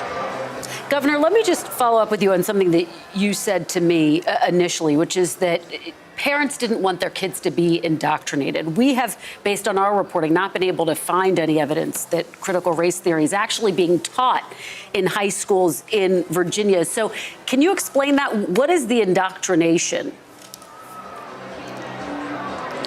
It was, in fact, critical race theory that I think is being put forward. And I think that it is, in fact, is being presented in the public schools around Virginia, not everywhere, but it is being presented. But whether you can go into some sort of curriculum or not, Kristen, The point is the whole tone of the Democratic Party has been to inject race into the campaign. We saw outrageous statements by Terry McAuliffe. And then when you talk about all the national issues regarding critical race theory, it's natural to believe that this is the kind of approach that's going to be taken in Virginia if the Democrats win the governorship. So I think that it's a reasonable thing to do. And really, I don't believe that this governor's candidate was being so critical. What he was saying is we're going to focus our attention on kids being educated, not indoctrinated, not any kind of trendy political, philosophical approach that's going to be taken in the schools. And that's what I think parents want. I think they want their kids to go in and not be taught that somehow they're oppressors or being oppressed. We saw a really remarkable statement by Terry McAuliffe 2 days ago where he said there were too many white teachers in the classroom. What a strange thing to say. We should be reaching a point where black students are comfortable with white teachers and white students are comfortable with black teachers. And that's the kind of approach that we are, the direction that we should be going in. And I think that the tone of the Democratic Party has been so radical that I think the people of Virginia just rejected it and decided to go with a much more reasonable approach like we've seen this candidate do. All right, Governor Gilmore, we really appreciate your joining us on this election. I'd appreciate your perspective. Thank you so much. And Amy, as you and I have been talking about, we haven't found any evidence that it's actually being taught in school. There may be some examples where teachers are being taught about critical race theory. Either way, what we saw were these culture wars ignited in this race. They were. And remember, too, the schools have been not just about what's being taught there, but what hasn't been happening in the schools for the last year and a half. So much inconsistency. I mean, I can just say from my own experience and watching my kid and other kids trying to get back into school, all the academic loss they had from being out for a year, the emotional struggles so many of them are having right now, trying to get back up and getting back into pace. So you have a lot of anxiety already among so many people. Need to forget, Northern Virginia schools were closed the whole time. So there was an extra layer. And I even had, look, the Youngkin folks admitted this, like, look, we know all these voters that are angry about the schools. It has nothing to do has to do with COVID to some extent. It has to do with COVID. Yeah. And they said they were able to, look. You can just and were you able to, now, they micro-targeted. They went to African-American voters who like school choice. So they went there and they worked this issue 7 different ways from Sunday. Yes. And micro-targeted the heck out of parents. And if you watch his ads, he talks about, we're going to give more money to schools. Yes, more money to schools. We're going to raise teacher pay. Yeah. So if you're watching that, you're not paying attention to this race in a very detailed way, but you're just watching the ads, you're feeling all the frustration as a parent from the last year and a half, and you say, oh, this guy he doesn't seem like he's a Trump guy. Yeah. He wants to give teachers more money. He wants the schools to be better. Okay. Yeah, critical race theory somehow became code for all kinds of dissatisfaction with schools, right? Yes. And like a general feeling of cultural disenfranchisement, the notion, the demographic change, everything that a lot of voters in this country are worrying about, particularly those that identify with the Trump movement, the conservative movement. I think the Youngkin campaign tried to harness all of that because you are absolutely right, Kristen. It's not being taught in schools. It's taught in law schools and grad schools. It's not taught in K through 12. Joshua Johnson, you got a minute here before I have a hard break. Take it away. Well, with regards to critical race theory, Sahil is correct. It's not, and you, Kristen, also are correct. It is not being taught in Loudoun County public schools or in any schools in Virginia because it's taught at the graduate level. I think it's kind of fascinating the more we talk about the way that race has been used in this campaign. And let's be clear, education is a proxy for issues of race because education in this campaign didn't have to do with how you deal with kids on free and reduced lunches, didn't have to do with standardized testing, didn't have to do with upgrading libraries, textbooks, any of that stuff. Per student spending. Teacher pay. Yeah. Teacher pay, exactly. And Loudoun County is a very affluent part of the country. So this wasn't about those pocketbook issues. This was about how white kids feel talking about what black kids go through. Let's just call it what it is. This is about kids who were ready to have a conversation about race after George Floyd was murdered, and adults pushing the issue back and understandably being nervous about talking about it, and Glenn Youngkin being able to make political hay of that. That's really what this was about. Youngkin was able to make hay of it because he had the rhetoric. I think Democrats are going to have some results in terms of the way they talk about race to push back. It is, and I'm going to be fascinated. There is no doubt this is going to be a playbook that is going to get repeated across campaign to campaign. All right, election night does continue. We're awaiting some potential remarks from Glenn Youngkin. Meet the Press election special continues after this break, right here on NBC News Now. News, you have to be in it. We'll take you to the front lines of the story, bringing your news feed to life. Streaming live every night. It's your news playlist. Top Story with Tom Llamas, weeknights at 7 on NBC News Now. News is more than a headline. It informs, it inspires, and it still matters. To cover it, you have to be in it. And that's what we're going to do. Every night, we take you to the front lines of the story, where it's actually happening, with NBC News journalists on the ground from all over the world. We cover what you need to know and bring your news feed to life. In primetime and streaming live, it's your news playlist every night. Top Story with Tom Llamas, weeknights at 7 on NBC News Now. Right now on NBC News Now. We begin with one giant leap forward in the space race. Bezos making it very clear this is the first step of many to come. Speaking out against laws that they feel would make it harder for Texas voters to cast their ballot. The issue here is not that vaccines aren't available. They say the issue is that people are choosing not to get vaccinated. We have a team of correspondents covering this breaking story for us today.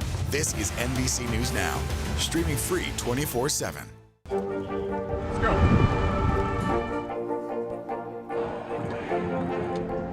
And good evening from New Orleans. There is breaking news. Admire you both. To cover the news, you have to be in it. We'll take you to the front lines of the story, bringing your news feed to life.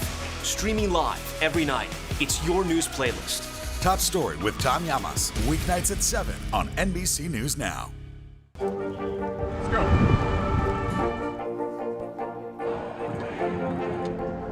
And good evening from New Orleans. There is breaking news. Admire you both.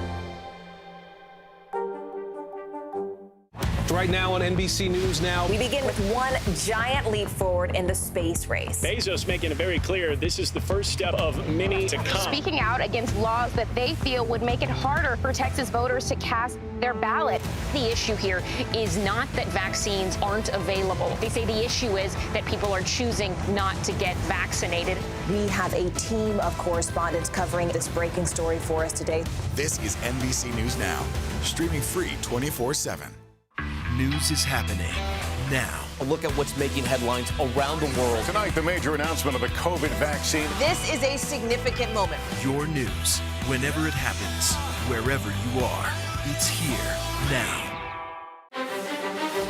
This isn't about spending going forward. This is about spending that's already happened. Do you accept the idea that we have a crisis at the border? The vaccine mandate. Is this going to work, or is this going to backfire? If it's Sunday, it's Meet the Press.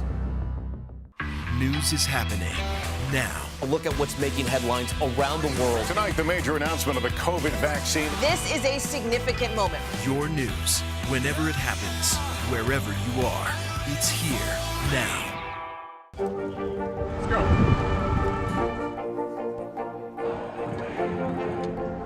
And good evening from New Orleans. There is breaking news. Admire you both.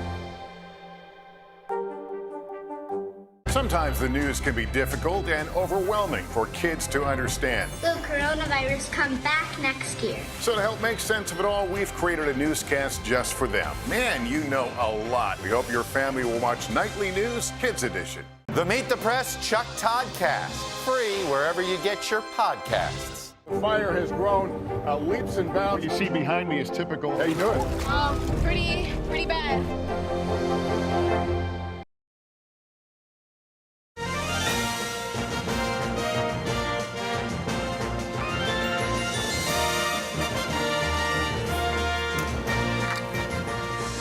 A quick check at where things stand. We're still at 95% recording in Virginia. We are waiting, and basically it's look, these are small numbers we're waiting to get in. We still got a little bit more in Loudoun to come in. We still got in Fairfax County a little bit more to come in. Even in Prince William here, a little bit more to come in. We still have been waiting. We still got an issue in Chesterfield County where we believe we still have not gotten the early and absentee vote there. So it is trickles, but let me go back to that margin again. It's 85,000 votes. We're not saying there's a chance. We're not saying it's impossible for McAuliffe. That's why it's still too close to call. But that's the reason we have Youngkin with a little bit of a lead there. By the way, let me take you to the other statewide races. The closest statewide race is actually the Attorney General's contest. This is now down to 50,000 votes. This, I will tell you, this one feels like, of the three, this one feels like the one that's going to be the hardest to call. And this one has enough with what's left in Northern Virginia. Mark Herring, the incumbent, over Jason Miyares here. This could get hinky tonight. The LG race is not. It is more in line with where the governor's race is, as you can see here. But anyway, just keep an eye on that race there. Let me take you up to New Jersey here, where we are waiting. They don't have a lieutenant governor. That's why that is there. Hang on there. Let's check in here. It is too close to call. Now, this is obviously a reminder that there is a pretty tough environment for Democrats. This is let me remind you, a 16-point Biden state. In 2017, Murphy won by 14 points, so he is technically trailing now. But let me just show you what is in and what is not in. 72% of the vote in. The two strongest Republican counties in the state, Ocean, 95% of the vote is in, and Monmouth, 90% of the vote is in. Some of the strongest Democratic counties, Essex County, we still got nearly a quarter of the vote remaining to be counted. Hudson County still has nearly a third of the vote out. So Union County still has 20%. There appears to be some early vote issues. So this is not necessarily, like I said before, antacid time, Kristen, when it comes to New Jersey Democrats.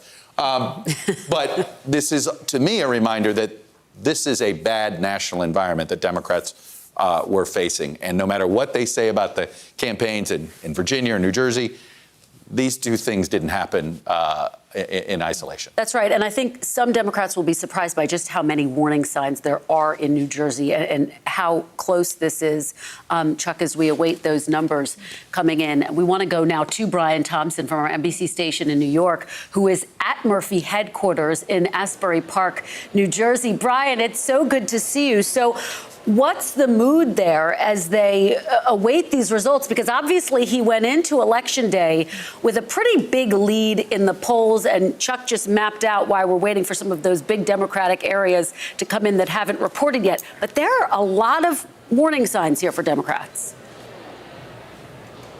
A lot, because in some communities like Lakewood that Phil Murphy carried, the Orthodox community 4 years ago, Jack Ciattarelli is now declared the winner in Lakewood. You have this situation where folks here are hopeful still. They've been told by the lieutenant governor, a Democrat, to stay hopeful. She's part of the ticket with the governor, of course, in New Jersey anyway, unlike some states like Virginia. And so what they're thinking now is, okay, we'll sleep on it. We'll wait for these returns to come in from those heavily Democratic counties that Chuck just mentioned.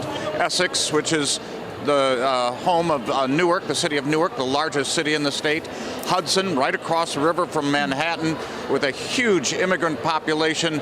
Jersey City, almost as large as Newark, all traditionally Democrat, and re-electing their mayor, for example, a Democrat. So we're looking at these numbers that haven't come in, and they're not feeling that bad right now. I think the biggest disappointment is that they couldn't party tonight. That party is delayed, that's for sure. I'm sorry. Welcome to New Jersey. I mean, Brian, right. You've done this. How many times have we sat here going, boy, it's going to be close, and then all of a sudden these late Democratic counties come in, you're like, oh, what happened to that? Right, Brian? Well, you know, I've been asking around. We do have a new voting system, and this is very important because the ACLU actually filed a lawsuit at 6:30 tonight asking that the polls be extended until 9:30. But that was shot down by a judge. He said, no, we'll close it at 8. The ACLU noting there were a lot of problems voting today, not with the machines, which are not, repeat, not connected to the internet, But with the registration books, those are brand new now because we had early voting. We had vote by mail this year, something we'd never had before until this pandemic. So the registration books might have been a Wi-Fi problem in some of them. Well, there was. There was a problem with some of the workers who are volunteers, who are not necessarily high-tech capable of rebooting or working on the Wi-Fi or whatever. So those are issues that kind of cloud it, but in the end, nobody, not even Republicans, were saying there was fraud. Brian at WNBC4. Brian, really appreciate it. Thank you, Brian Thompson. Great to see you. We now want to bring in former Republican representative from Virginia, Barbara Comstock. Great to see you. Good evening. Thanks for being here. So what do you make of what we are watching so far? We've talked about the fact that there are plenty of warning signs for Democrats. What are Republicans going to take from this race? Sure. Well, this is much like 1993, the first year of the Clinton administration, and then 2009, the first year of the Obama administration, where you had a strong reaction and you had, big sort of Republican snapbacks. We were very fortunate in Virginia to have a really talented candidate in Glenn Youngkin. He's lived in 3 parts of the state, like Bob McDonnell, who won in 2009. He, was very business friendly, suburban friendly, which is a big difference from Donald Trump, who lost the state by 10 votes and got just walloped in the suburbs, as did all of us in the suburbs over the past 4 years with Trump.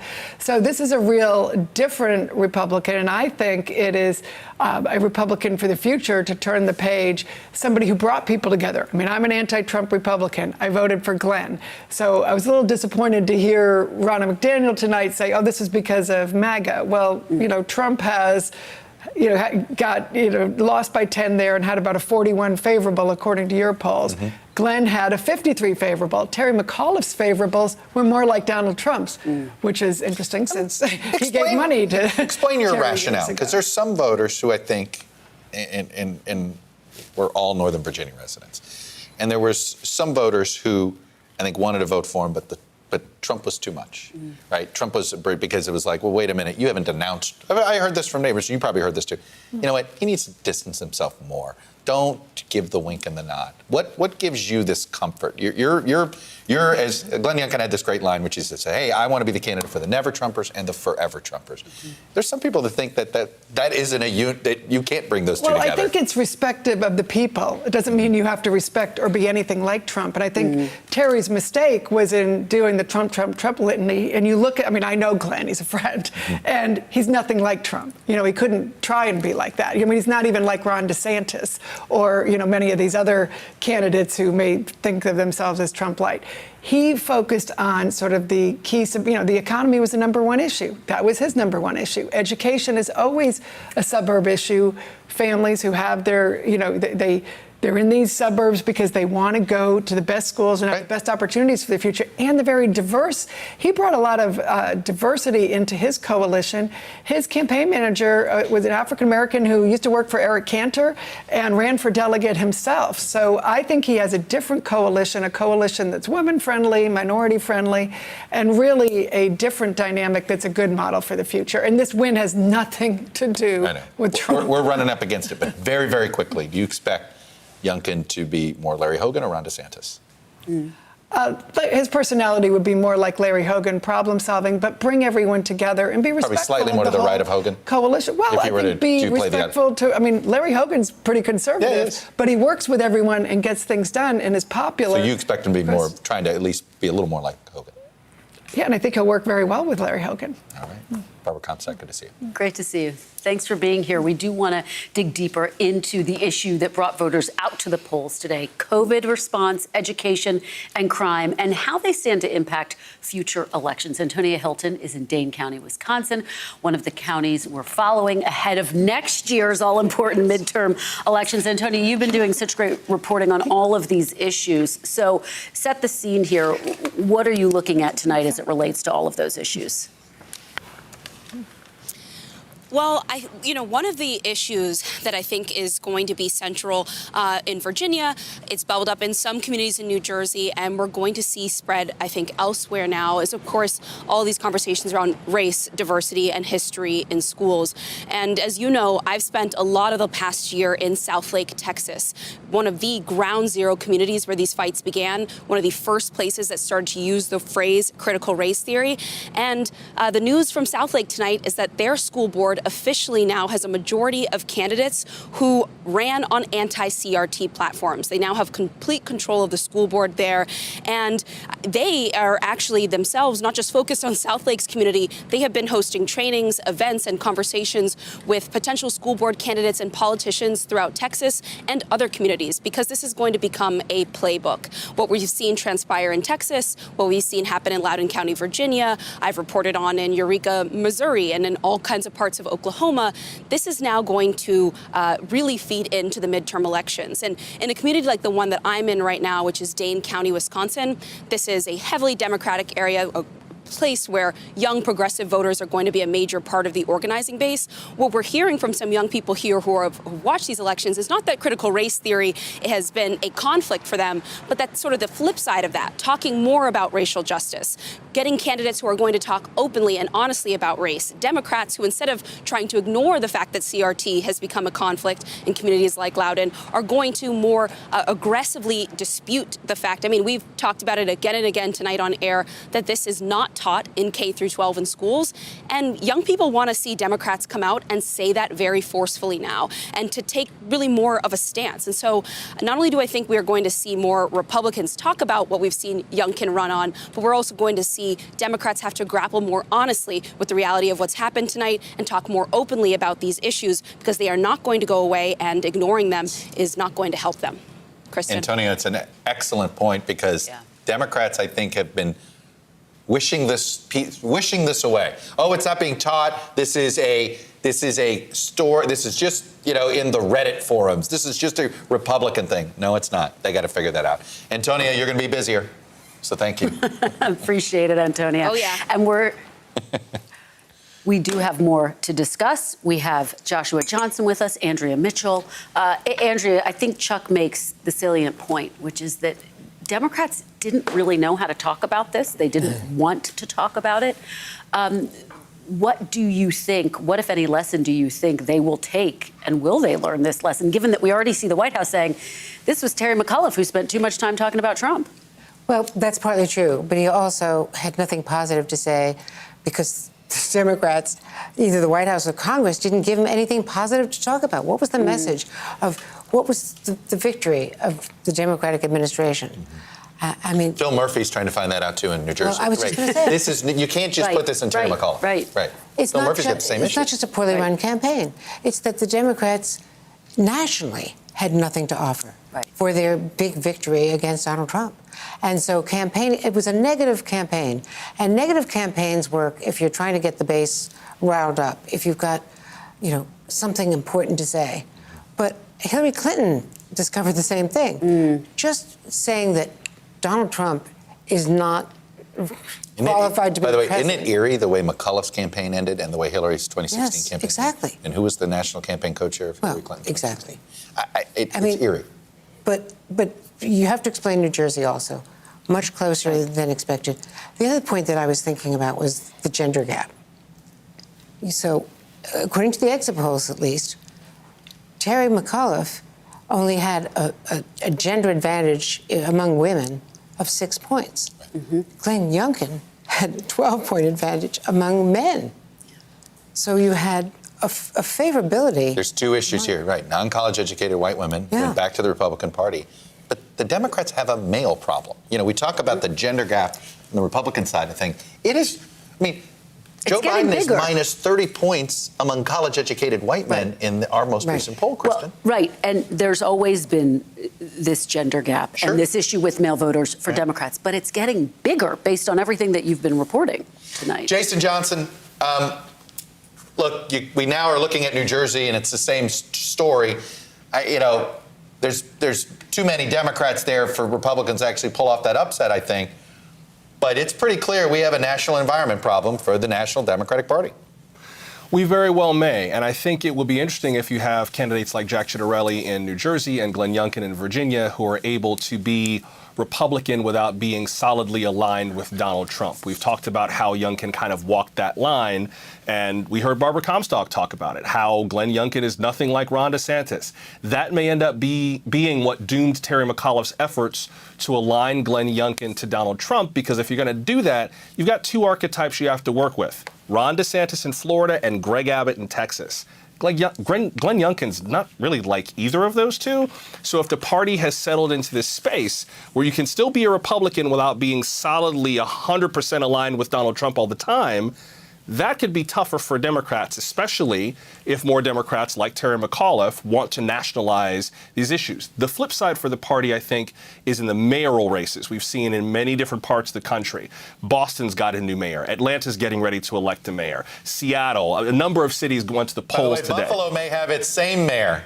By the way, Byron Brown might win it a write-in because the Democratic Socialist candidate. Exactly. In case people are wondering why we've been updated, we only know that there are enough write-ins that could elect him if they've all written him in. So, but it does appear he's in a good position. Right, and those mayors are going to have to deal with a lot of the issues like criminal justice, police reform, COVID, education, which is a code word for race in this case, that national Democrats maybe have fallen flat on. So it could be interesting to see whether or not mayors and cities begin to create the playbook that trickles up to national politics, especially since you got these two factions of Democrats, progressives and moderates, who are both at loggerheads about what to do, but they agree on what the issues are. And Joshua, I'm just curious, when we started the night, you were hesitant to say that Virginia was a bellwether for the national political landscape and for the midterms coming up. And I wonder if that shifted a little bit, given what we're now witnessing. And I understand there are implications, and you can see that. But I wonder if you think this is now a bigger bellwether than when this night first started. Oh, no, I meant that. I still feel the same way about that. Because think about it. We know historically when one party has the White House, the House, and the Senate, the other party wins the Virginia governor's race. So in that regard, this is historical. Like, this is what we expected to see. And again, this is not just Virginia. It's New Jersey, all of these mayor's races, and ballot items, including Minneapolis, rejecting a measure to blow up the police department and replace it with something else. Voters are telling us a lot of things on a lot of different levels, and all of those need to be taken in totality, I think, to have a sense of where the country might be going. So, no, I meant what I said. Well, the outcome in Minneapolis also reflects what Jim Clyburn warned back during 2020, that message about police and whether you call it defunding or reforming or becoming a public health safety department, that doesn't work with voters. Not in urban areas and probably not in other areas. Also, I'm thinking about age. And I was watching Michelle Wu winning in Boston, declaring victory in Boston. There was an excitement about her speech. There was a passion. Look, it's something Boston's never done, though. It was new. Right. It's different. And you don't know how much that impacted it, too. But just watching her performance there, there was just a lot of excitement in the diversity that represents. And I think that's important because part of what we're picking apart with the McAuliffe campaign, and we don't know how the night's going to turn out, but he didn't energize voters in that way. And you talked about building a coalition.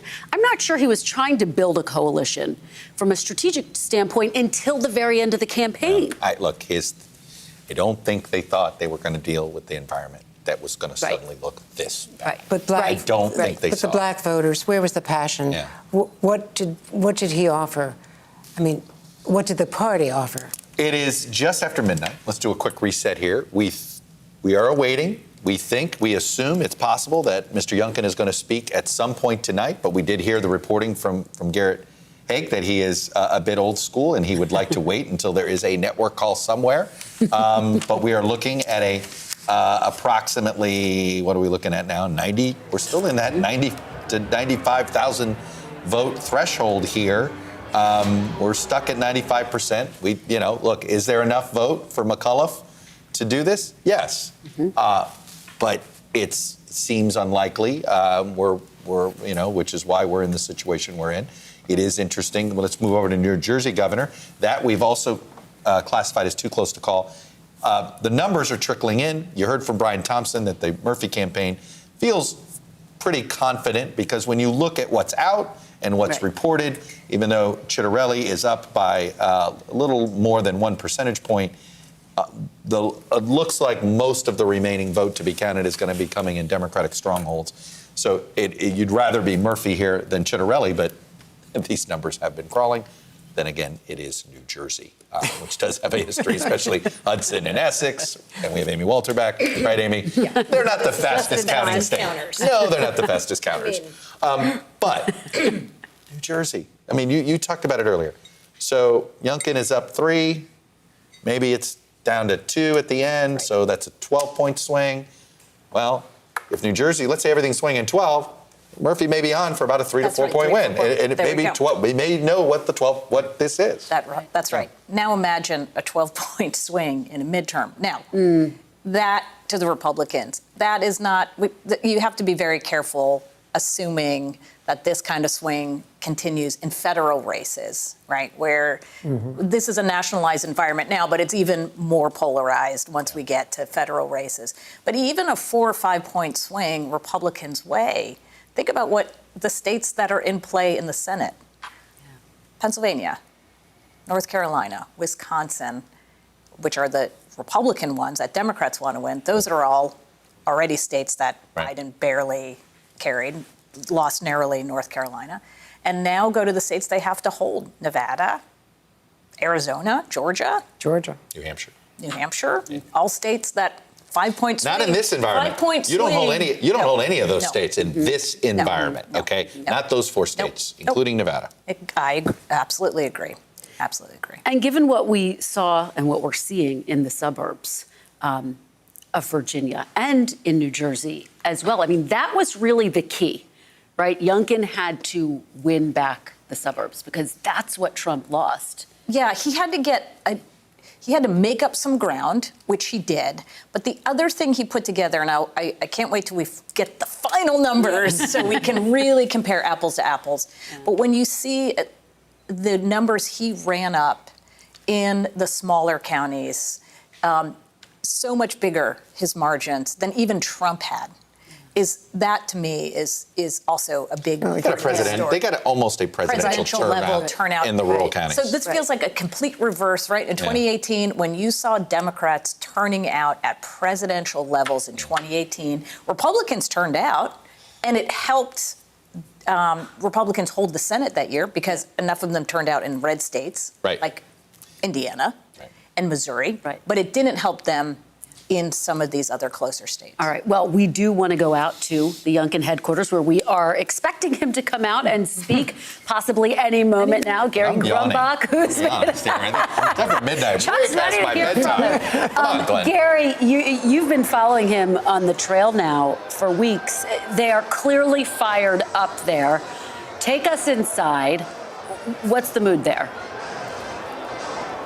Yeah, we have saying he's moments away for 2 hours now. We really do think he's actually moments away. The way this is going to work is he's going to come out with a prayer. There's going to be a prayer here. Then Suzanne Youngkin is going to introduce her husband, Glenn Youngkin. The bar here has closed about 2 hours ago. There's people that actually are starting to leave this event, so Youngkin does want to get out here. His campaign really wants somebody to call this race before they get out here, but they're going to come out here within the next few minutes.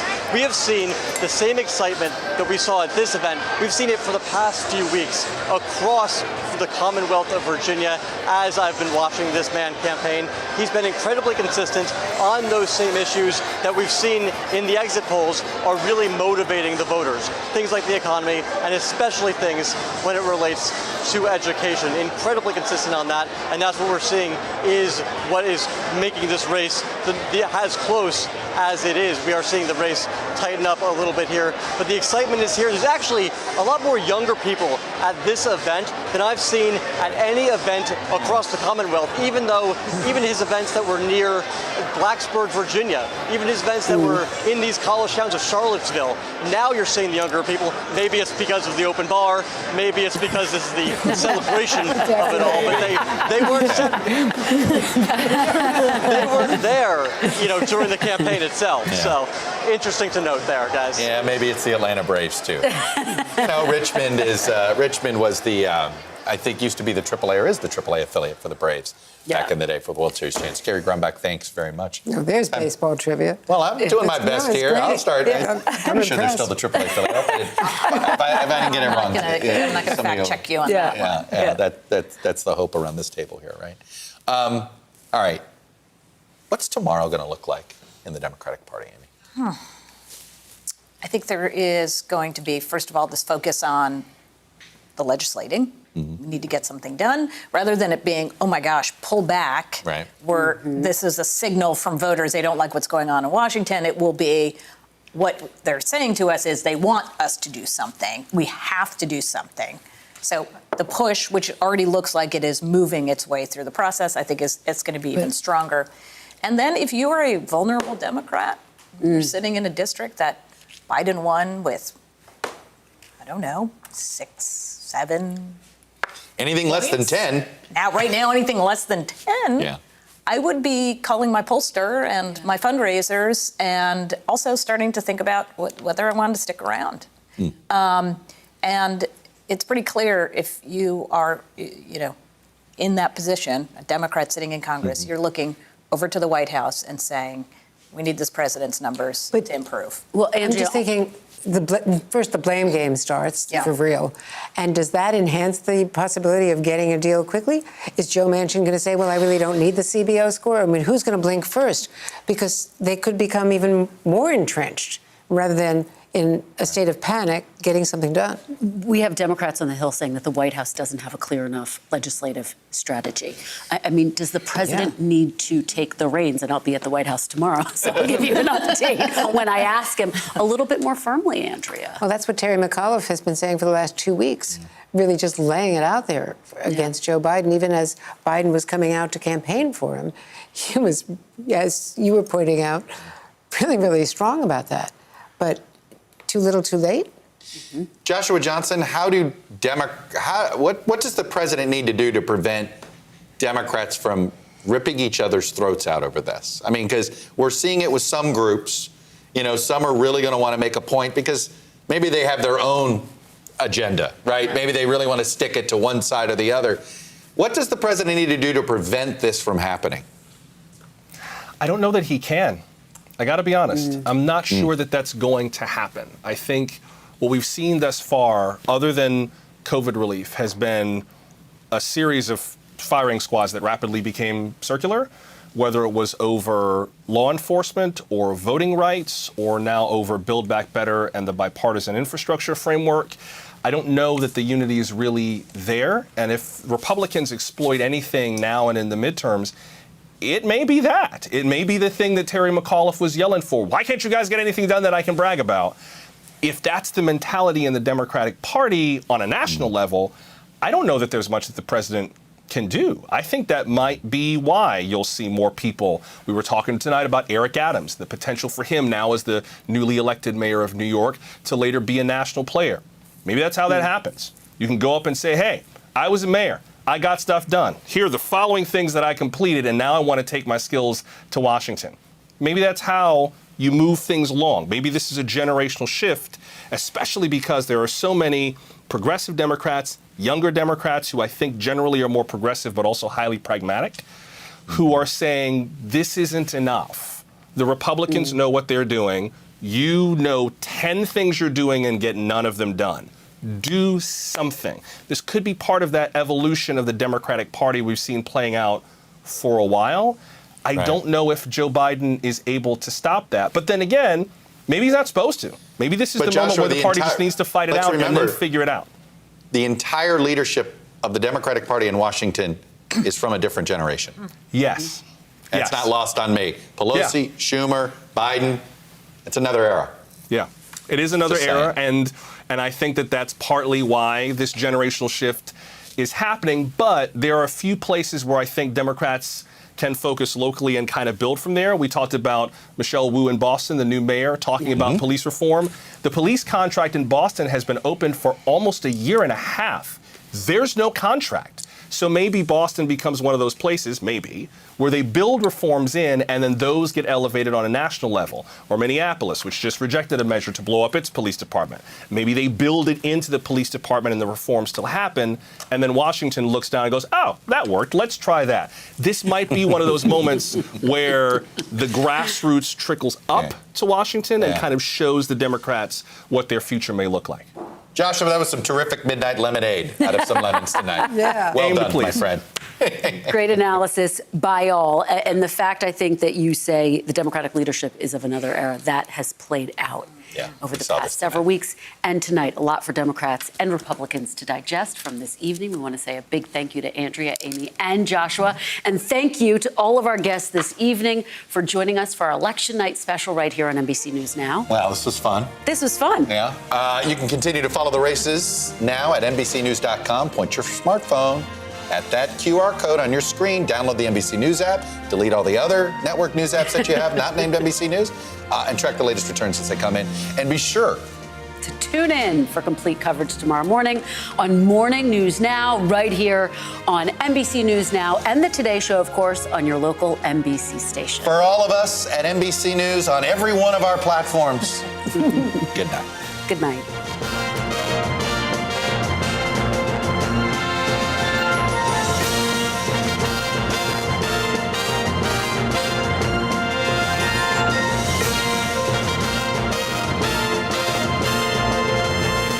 Yeah, I thought that I was more concerned that she was hurt somewhere.